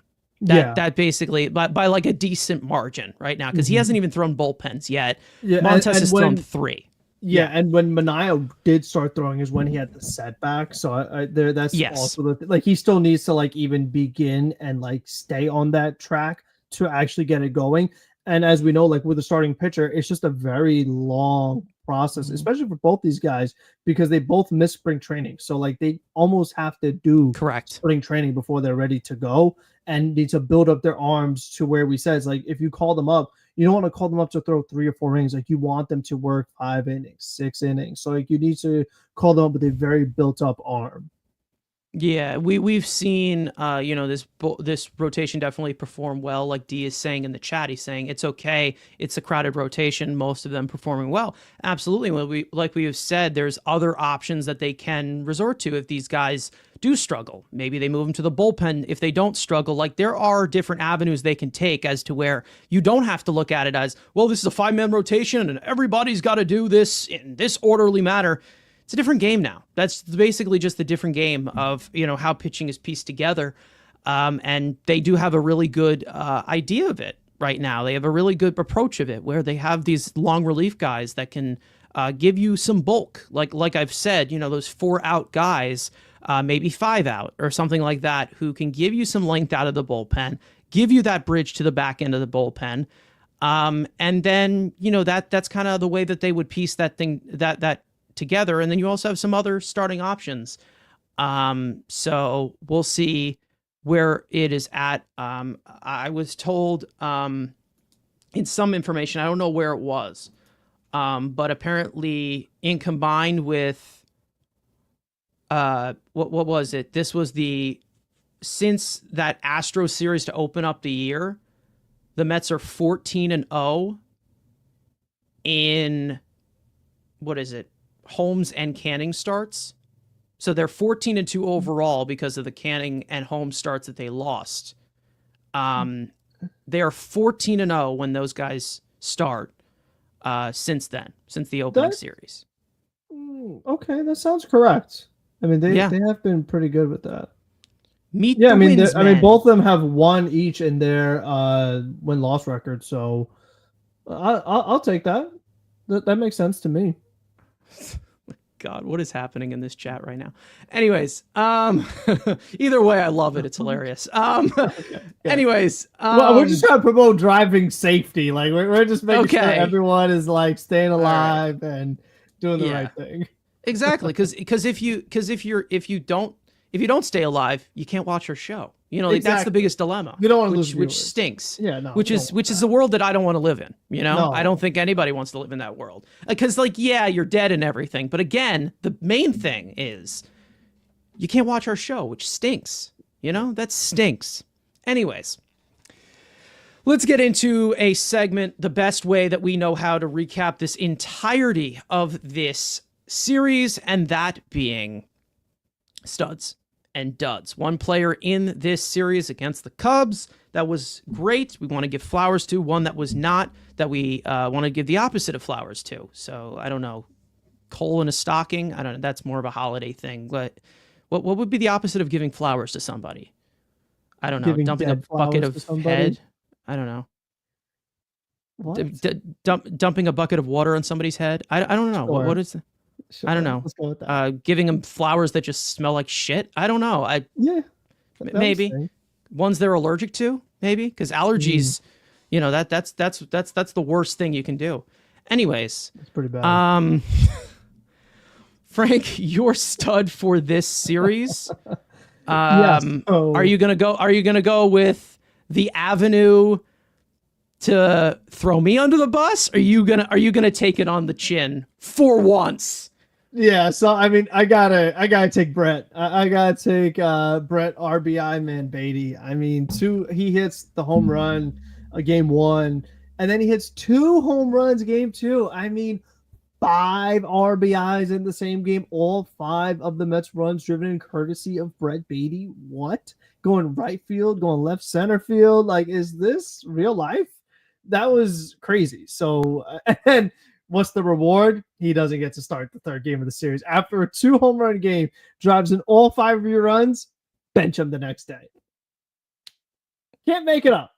And then they won. He was the problem. Then they won. So I have to give him credit. They might be the only time he gets the stud for me. So, while he's got it, he can have it. There's a first for everything, right? Yeah. First for everything. But again, I really, I'm not throwing the party and saying that this is the franchise third baseman, like we have said every single time that he goes off here. And it seems like it's pretty mixed in the chat here. And I asked you guys in the poll, has Brett Beatty officially broken out? 52% of you are saying yes. 48% of you are saying no. So there's definitely a balance here where everybody just, they don't know. Who knows? I'm not getting ready to give him the keys to the city yet. It was a great performance. It was great to see him contribute that way because they weren't possibly in that game in game 2. It wasn't for that homer and for those 2 homers. And then in the first game, he homered in the first game. And it was also followed by a Jeff McNeil homer. And then who else homered in that game? Was it Lindor? Yeah, everybody homered in that game. No, Soto hit a homer in that game. Yeah, in game 1. 10 homers. There's Lindor the crazy part. Hit a 10 home homers in that game. He did. Yeah. Yeah. They jumped all over Tyone. But who had been pretty good. Yeah. So I mean that was nice against the Mets specifically. Apparently, he has a good career against the Mets. So glad they were able to flip the script there. But here's another interesting fact from this series: 10 homers, like we said, in total from the Mets to take the series. Not one of them was from Pete Alonso. Not one. Yeah. And that's a good interesting. sign. Could that mean that Pete Alonso's career is going down the toilet? Probably. But no, that's great to see power avenues from other parts of the lineup. He's an OBP guy now. So yeah, he's kind of a contact hitter now. What did they do to him? How'd they massacre? They massacred my boy. Eric Chavez. Yeah, well, he's, the self-proclaimed geniuses are self-proclaimed geniuses for a reason. But no. Either way, great to see power from different avenues of the lineup that is not coming from Pete Alonso having to destroy the baseball constantly, which is fantastic. Anyway, for me, I'm going to give it to Ryan Stanek because it seems like ever since that stretch that he had, or those 3 straight terrible outings that he had where he just completely blown up, it seems like he's starting to settle in. He had 2 really quick outings that kept us in the ball game, kept us going, held it in the later innings, and it seems like he is starting to sharpen up. I wasn't worried about Ryan Stanek, but after the 3 straight outings, everyone was ready to push him off the edge and say that he looks like a hippie. But right now, I really wasn't worried. I think it was completely overblown.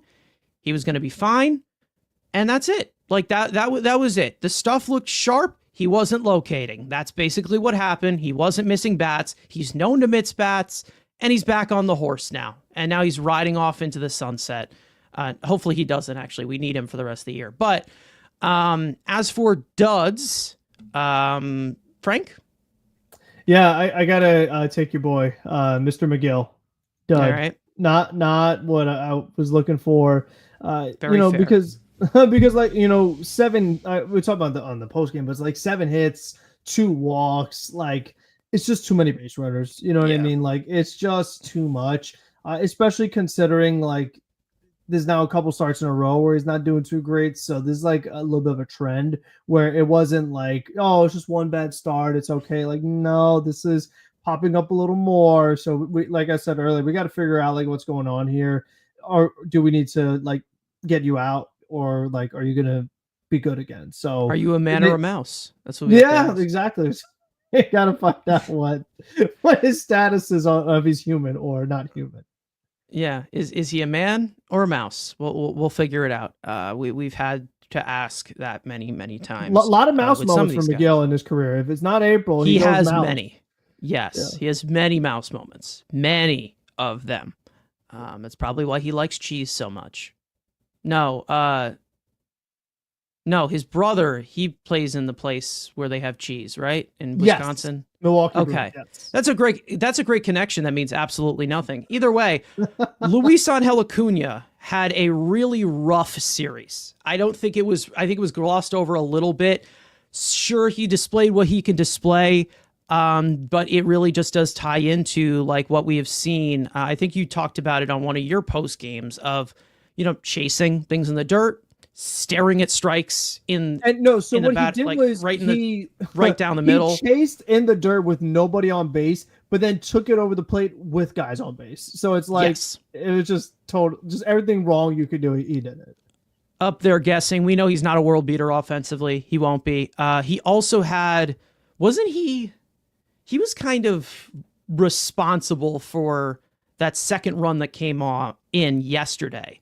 I think because he almost had a double play. Maybe I didn't see it visually, but it was a double play ball that was hit to him. I don't know if it was like slowly. No. Rough angle. I thought he made the right decision. I thought going to second would have been too risky. I didn't see it. I was listening on the radio. Maybe so I he gets know. him, but I was kind of proud that he just took the out at first because he's getting a little better at that. Like he wants to do it, but then he's thinking about it and making another decision. So there's some improvements there. He's not just taking it and just throwing it, and it's like, oh my god, now everybody's safe. Yeah, so that was I think he also got picked off in this series too. He did get picked off. He did get picked off yesterday against Matthew Boyd. The Mets not a great series. And Boyd. Listen, Boyd has a good move. He's good at controlling the run game. But the Mets, that game, it took them a long time to get the offense going. So when they were getting runners on, it was like maybe you want to see them try to steal a base.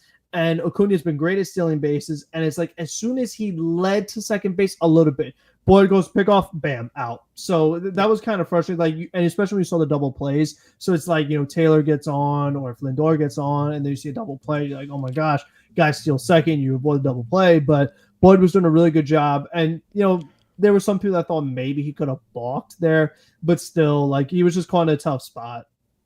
Yeah, I don't know. It just, the mental mistakes still, it still is these things that I just are probably the reason why he doesn't get the everyday reigns, even though he has played fairly well. He's held his own at the major league level. I think that he has. I've talked about, some of these pitchers or whatever. I remember pleading a case for Matthew Boyd.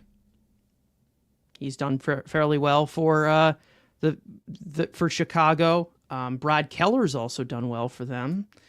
He was throwing gas. That's another guy that I've advocated for. So there's pieces out there. I know Nick Pivetta had a really rough outing. That's another one, right? He had a really bad. He was bad yesterday, didn't he? Oh, he had a really for bad San outing. Diego. Yeah, Yeah. I have no clue, but I heard people. I mean, talking he's been about doing him on pretty Twitter. good this season overall, though. He has been but 6 runs and 7 hits, 5 strikeouts. Yeah, rough outing for him, but overall he's been really good this year. There's some pitchers that they get in the right system and they're pretty good, and I think that the Mets are one of those reliable pieces now. I mean, for what we have seen so far, with they're getting being there. here. I mean, with Stearns being here, I mean they're getting that reputation slowly but surely. Other pitching news as well. Ramon Gomez. I don't know if you guys saw this on social media or anything. He reached 104.5 miles an hour on his fastball. It was like a week ago, and it went viral, of course. He was just promoted to High A Brooklyn. So if anybody is excited for that, you want to see him, go ahead. Nate Dolm, another one, 3rd round pick last year. He was promoted as well to High A Brooklyn, and then of course Matt Allen as well was promoted to High A Brooklyn, which I think he's pitched in before, but obviously coming back from 5 years of injuries, he started him off in Port St. Lucie. So you're starting to see a lot of these promotions from the lower level to the higher levels now.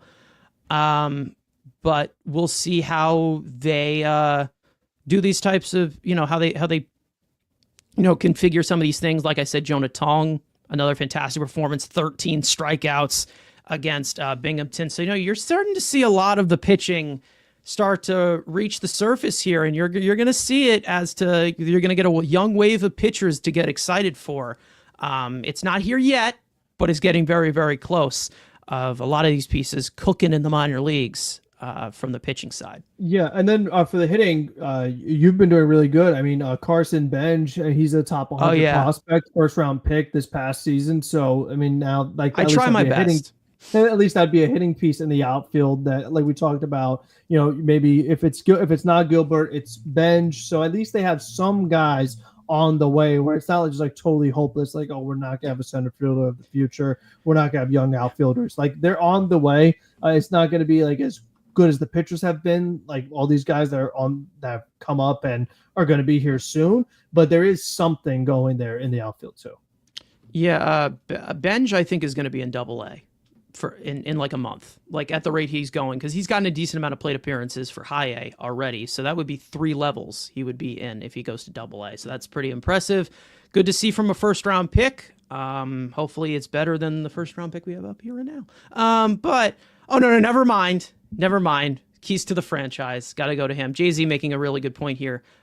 Saying, a lot of Mets minor leaguers having good seasons, unlike last year. And a lot of it has to do with health, too. I mean, a lot of these guys, a lot of it had to do with health. Position players, like, oh my gosh, way too many injuries. Oh, God. It was brutal last year. I mean, you had Jet Williams go down with an injury. Gilbert. You had Drew Gilbert. Gilbert missed the entire season. Baez went down lower levels at this current moment. But still very exciting talent. Still very exciting. Even on the pitching side, Calvin Ziegler went down. We know that Dominic Hamill was banged up a lot. Went down too. I mean, even though he's in the big leagues, like still, that was a top 5 prospect that down on Tommy John surgery. Yeah, it was a rough year last year for the minor league system. Most for health, some of them struggled, but for this year, it's definitely an improvement compared to last season.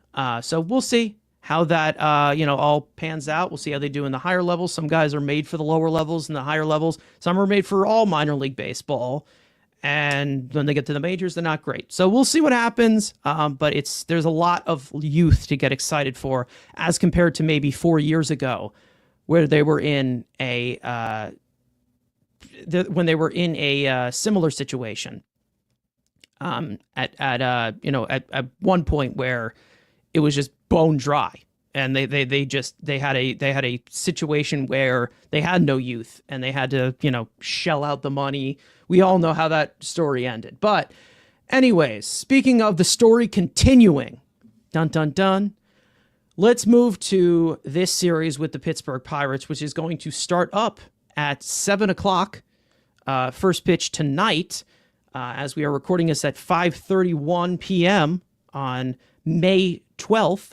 Let's get into what to expect going forward into this Pittsburgh Pirates matchup. Now, Game 1 will go to David Peterson against the generational arm of Paul Skeens. First pitch, 7:10, like I said, on SNY. Game 2 will go to Kodai Senga. He will be looking to continue his brilliant start to the season as the National League's ERA leader at this current moment, and he will face right-hander Mitch Keller. First pitch is also at 7:10 Eastern on SNY. And then Game 3 will go to Clay Holmes, and he will face his old team in the series finale against Southpaw Bailey Falter.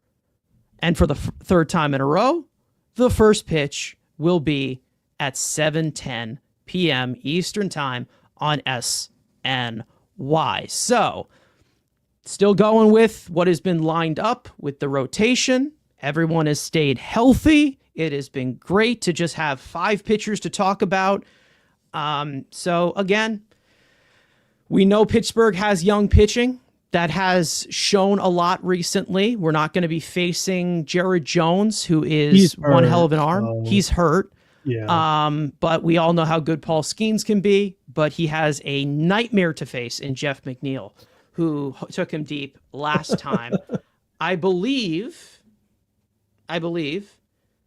Paul Skeens pitched that game where, what was it, Ty Adcock gave up like 5 home runs. Yeah, it was definitely the same series. I'm not sure if it was the same game. So it was definitely that same series. It was not a fun game. So hopefully we can improve on that. But we all know how good Paul Skeens is. He's one of the best, if not the best pitcher in all of baseball at this current moment. He's only going to get better because he's what? Yeah. He's 23. He's 23. Like, he's so young, and that's the type of guy that we kind of expect to maybe top the Garrett Cole contract in the future, maybe the Yamamoto contract in the future. Yeah. I mean, that's how good he is. Mm-hmm. But hey, we'll see how this goes. We know that the Pirates are not good. They just fired their manager in Derek Sheldon, right? I don't know who took over.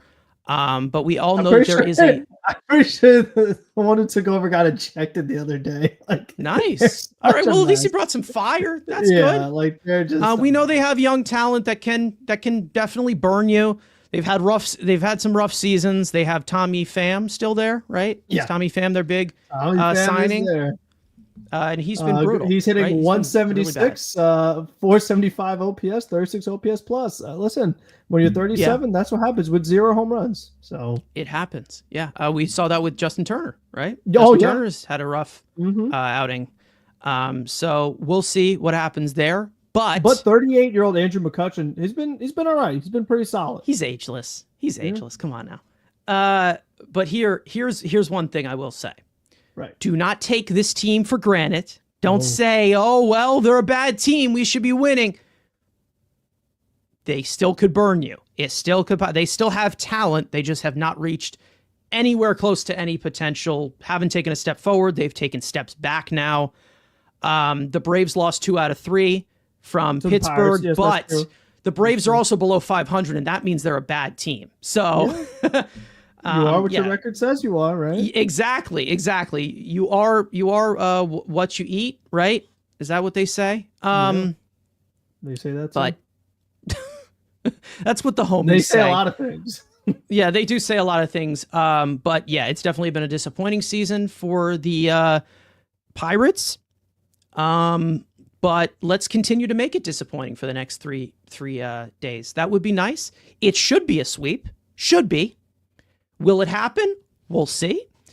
But again, you have your first toughest test, obviously, right now, Paul Skeens. But of course, we have our ace and David Peterson on the mound today. So again, we can't lose, right? We can't lose. It's David Peterson. We have to. I mean, we're gonna show out tonight. You know, we're going to catch fly balls with our ass cheeks. We're going to do this stuff blindfolded in the infield because that's how good we are behind David Peterson and no one else defensively. So I think we're going to do good. We're going to do good tonight. We're going to blow them out of the water, right?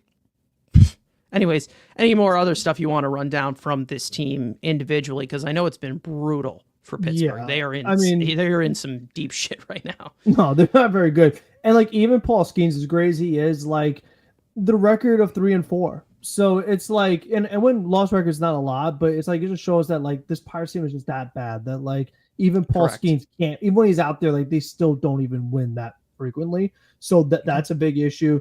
I'm pretty sure that game. I'm pretty sure that game that the Mets lost 11-2. That was the first time. That's the only win he has in his career, right? Like that's it. That's how bad the Pirates have been. He's won a couple more games than that, but they've had some relievers do well. Like Dennis Santana, their closer's been good. Justin Lawrence has been good. Colin Holderman has not been good. ERA above 8. So that's that's gonna be interesting to follow. So I mean, we'll see if he gets his stuff sorted out. But a lot of the rest of the bullpen has not been good. Mitch Keller's been kind of a disappointment because he was someone that we talked about maybe want to make a trade for last year. I'll still do it. Yeah, exactly. Like good young pitcher, has had a great season so far. So we'll see what version the Mets get of Mitch Keller when they face him tomorrow. I'm pretty sure Mitch Keller carved them up last year. I mean, especially like the righties, he was very tough on. And we saw what happened with the Mets and Zach Gallen, who was having a bad season, but whooped the Mets both times they faced him. Offensively, like their young catcher, Joey Bart, has been doing good. O'Neal Cruz has been getting stolen bases and home runs. Like I said, McCutcheon's been all right. Everyone else has been awful. That's pretty much it. Like they have just not been good at baseball. They don't have good statistics, which means they don't have a good win-loss record. Which means they're going to sweep us. Yeah, so it's like, again, like you said, the Mets, they have a chance to sweep it, a good chance to sweep it, but at minimum, they have to win the series. Like the Pirates think their Mets are at home, like they got to win. They just have to. Yeah. Somebody in the chat asked, how is their bullpen? They're 8th in earned run average. Or excuse me, no. They are 20th in earned run average for their bullpen. In FIPPs, they are 18th, so there's not really much of a difference there. It seems like this bullpen gives up a lot of wait. Lots of base runners. They give up a lot of base runners. They walk a hell of a lot, I think. Wait. Yes, they walk a hell of a lot. Colin Holm is like 5.7 walks per 9. So yeah, they walk a lot. They don't give up many home runs. But you know, we'll see what happens there. Like you said, Colin Holderman. That's all that really matters. He gave up home runs. Colin Holderman. Yeah. Okay. So we'll see. We'll see how they fare well against this pitching staff, which definitely has talent on it. They've also hit a decent amount of batters too, I feel like. Okay. So, no, O'Neal Cruz not on the line. I'm saying, oh wow, how about that? Because the lefty David Peterson, that makes sense. They're saying they're lefty, so yeah, he's you know, I don't think anybody would want to face David Peterson. That's very intimidating. We'll see. Yeah, they're going to have to knock out Skeens. They're going to have to do something. We have our secret weapon, Jeff McNeil, so we should be good. Yeah, O'Neal Cruz is not in the lineup. He's really struggled against lefties for a while, right? He's been pretty rough there. So yeah, no, I mean, he's a guy that Genesis Cabrera, we're calling on you later on the stretch of this series. But yeah, we'll see. Yeah, he is. I'm looking for the slash line. 420, 524 OPS against left-handed pitchers this year, and for his career, 614. So yeah, he's struggled against lefties. I know they expected a lot more from him, but we'll see. He'll probably be a guy to pinch hit off the bench, but we will see how that looks out. Like I said, no home runs from Pete in that series. Pete, you got to get back on the horse there. Like you've just been. I mean, it's just he's in a slump now. He's been terrible. We want to see the first Mets MVP like in there. That would be so sick. Exactly, and it's not going to happen if you're at like what 8 homers. That's it. Yeah, if you don't hit a home run, you can't get a big contract. What a loser, But in real talk, Juan Soto. I mean, can we see the Juan Soto that maybe we saw in Game 1 of this Cubs series? Again, runners in scoring position, the same stuff basically that we've continued to say. Just do a little bit better. Bailey Falter, that third game of the series, I'm pretty sure I got to see him live last year, and Harrison Bader hit a home run off against him. Wow. And he dedicated it directly for you, Frank. Mm-hmm. I said, go hit a home run for my my old 70-year-old friend Frank, and he did it. And then he pointed up to me. And then he also gave the middle finger because he knew that you were talking shit about him. So I've seen them beat up Bailey Falter a lot. I'm pretty sure he has a really rough career against the Mets. Falter is just not a great pitcher in general. So yeah, he's not. That makes sense. Yeah, he ain't that good. He tends to falter every now and then. Yes. He's had quite a few. Yeah, he's had quite a few rough outings, but he's also had some decent ones out of the bullpen against us. So I don't know. He was with the Phillies. He's with the Pirates. Seems to have found a decent home, I guess. Who knows? They trade everyone, but again, Pete does lead the NL in 15 doubles. That is true. Unfortunately, I don't care. I need to see homers or I'm done. I'm really, really upset. The fact that he's not homered in the last 3 games. Looks like Carson had a big pull of sarcasm this morning. That's pretty much every day. It's pretty much every day. That's kind of my cadence, and that's basically some get it, some don't. But as long as I make my co-hosts laugh, that's pretty much it. Any other keys? I don't think we've missed that much, other than the Mets traded Pete Chrome Armstrong. Right. Yeah. Just letting you guys know. They traded Colin Holderman too. Yeah, so that's another thing. Who Alvarez has a home run against, and somebody else has a home run against. So yeah. Ohtani took over Pete in OPS. Yeah. Ohtani's heating up. He's pretty good. That Ohtani guy's pretty good. Yep. Well, and it looks like, this is more baseball news. It looks like he is not going to pitch until after the All-Star break now. His timeline's been moved. kind of knew that. It was the same thing we talked about with other pitchers. Like, being a starting pitcher is a long ramp-up process. Like, it's not something you just kind of do, especially while you're because also hitting every day. Exactly. Like, he wouldn't even have time to, like, pitch rehab starts or something like that. So how they're going to figure that out is going to be interesting. Let me just play the hilarious card here. Oh, okay. I was about to say. All right, never mind. I thought that after the All-Star break, the first team we play would be like the Dodgers, and he would make his debut against us. I just thought. But yeah, PCA trade is not worse than trading Nolan Ryan away. Oh, absolutely. I'd say that the Tom Seaver. But you didn't have an annoying media back then, so you didn't. No, you didn't. And I don't think anybody knew what Nolan Ryan was going to become. But, it more of just the Tom Seaver thing. I think is even worse personally, if we're talking about bad, because before they got Tom Seaver, they were shit, and then after they got rid of him, they were shit. Like that was how good Tom Seaver, how much he transcended this franchise, and that he was like, that was it. After that, they were bad for like 6 to 7 years afterwards. So I would not put PCA up there just an individual performance. It's more of just kind of, whatever with that. But hey, we don't have that GM anymore. He's not here. He's more of a Twitter GM now. So yeah, I was seeing him talk a lot on Twitter. You guys know who I'm talking about. I'm not going to name drop because I'm a polite person most of the time, but I was just seeing him tweet about a bunch of shit while PCA tied that game. I was looking on Twitter while he tied that game, and I'm just listening to this guy talk on and on about like all this other stuff, and I'm like, dude, shut up. Just like you're not the face I want to see right now. You're not the Twitter account I want to see on my timeline right now.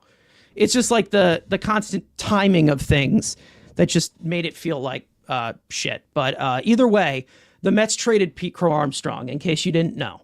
I'm just letting you guys know. But I think we're going to wrap it up here. We've gone past the 2-hour mark, of course. On to Pittsburgh now. Tonight, 7:10, first pitch, David Peterson on the mound against Paul Skeens. And then every single game is at 7 o'clock, like I said, in this series. So either way, Frank, if there's anything else that you would like to add here, and then we will get out of here. If you have anything else that you'd like to add to the docket. Yeah, I mean, so since David Robertson is still a free agent on this date, May 12th in 2023, he became the 14th pitcher to record 1,000 strikeouts exclusively as a relief pitcher. So shout out to D-Rob. I don't know if he's going to get a job. I mean, he is 40, so we talked about like don't sign 40-year-old players, but we'll see. I mean, you feel like someone's going to get desperate in that bullpen and they might pick him up, but I just thought that was interesting. Yeah, maybe somebody in a playoff race, maybe they do go for him. Who knows? But he's definitely out there. Not the direction I would go in, but if he is available at some point, sure. I mean, why not? Take a look at him. He has been good for quite a while. Speaking of older guys, speaking of veterans who have had a great career, Evan Longoria called it quits today. Yep. So we know that the Mets have been attached to him before for a little bit, but I know him as a local guy in the Hudson Valley Renegades near me, up in Fishkill. He was a Renegade originally back when they were affiliate for the Rays. They're the Yankees now. They were with the Rangers, and they were also the Braves too. I'm pretty sure Freddie Freeman, Josh Hamilton was there too. So again, like that was the affiliate there. So I know him I've known his stuff for quite a while, but great career for him. Hopefully he's definitely getting his number retired by the Rays. There's no way he's not. He has to. He has to. I mean, he's their home run leader, guy. Right? He's their guy. He has to be. But I know that they do it more in. They know they do it more in football, where they do the one-day contract thing. But that would be a nice gesture for the Rays. I don't know if they can afford it, but that's mean because they lost their stadium in an unfortunate thing. I shouldn't have said that, but I mean, no. Even when they had a stadium, they were not known for spending money. So I mean, Mr. Stu over here. Yeah, like another situation that is not at its best that it should be because they have a lot of talent, but. Other than that, I think we're going to wrap it up here. Thank you guys so much for watching, listening. We hope you enjoyed the conversation. For those of you watching or listening on playback and you want to join the conversation live in the future, make sure to subscribe to the Mets Weekly YouTube channel. Turn on post notifications to know when we go live. Make sure to follow Mets Weekly on X and on TikTok. Follow all of us individually on TikTok after every single game during the regular season. Frank has his post-game thoughts titled The Mets Frankly Post-Game. Follow us on TikTok for that or on Twitter. Let us know your opinions on that. And of course, we are going into a series with the Pirates that is definitely winnable. They're not a great team. So anything less than a series win is a disappointment to me. I would like to see them sweep it, but in reality, 2 out of 3 would be great. Either way, we'll send you out to Citi Field in about an hour for Game 1 of this series against the Pirates. Let's go Mets, and we will see you guys next time.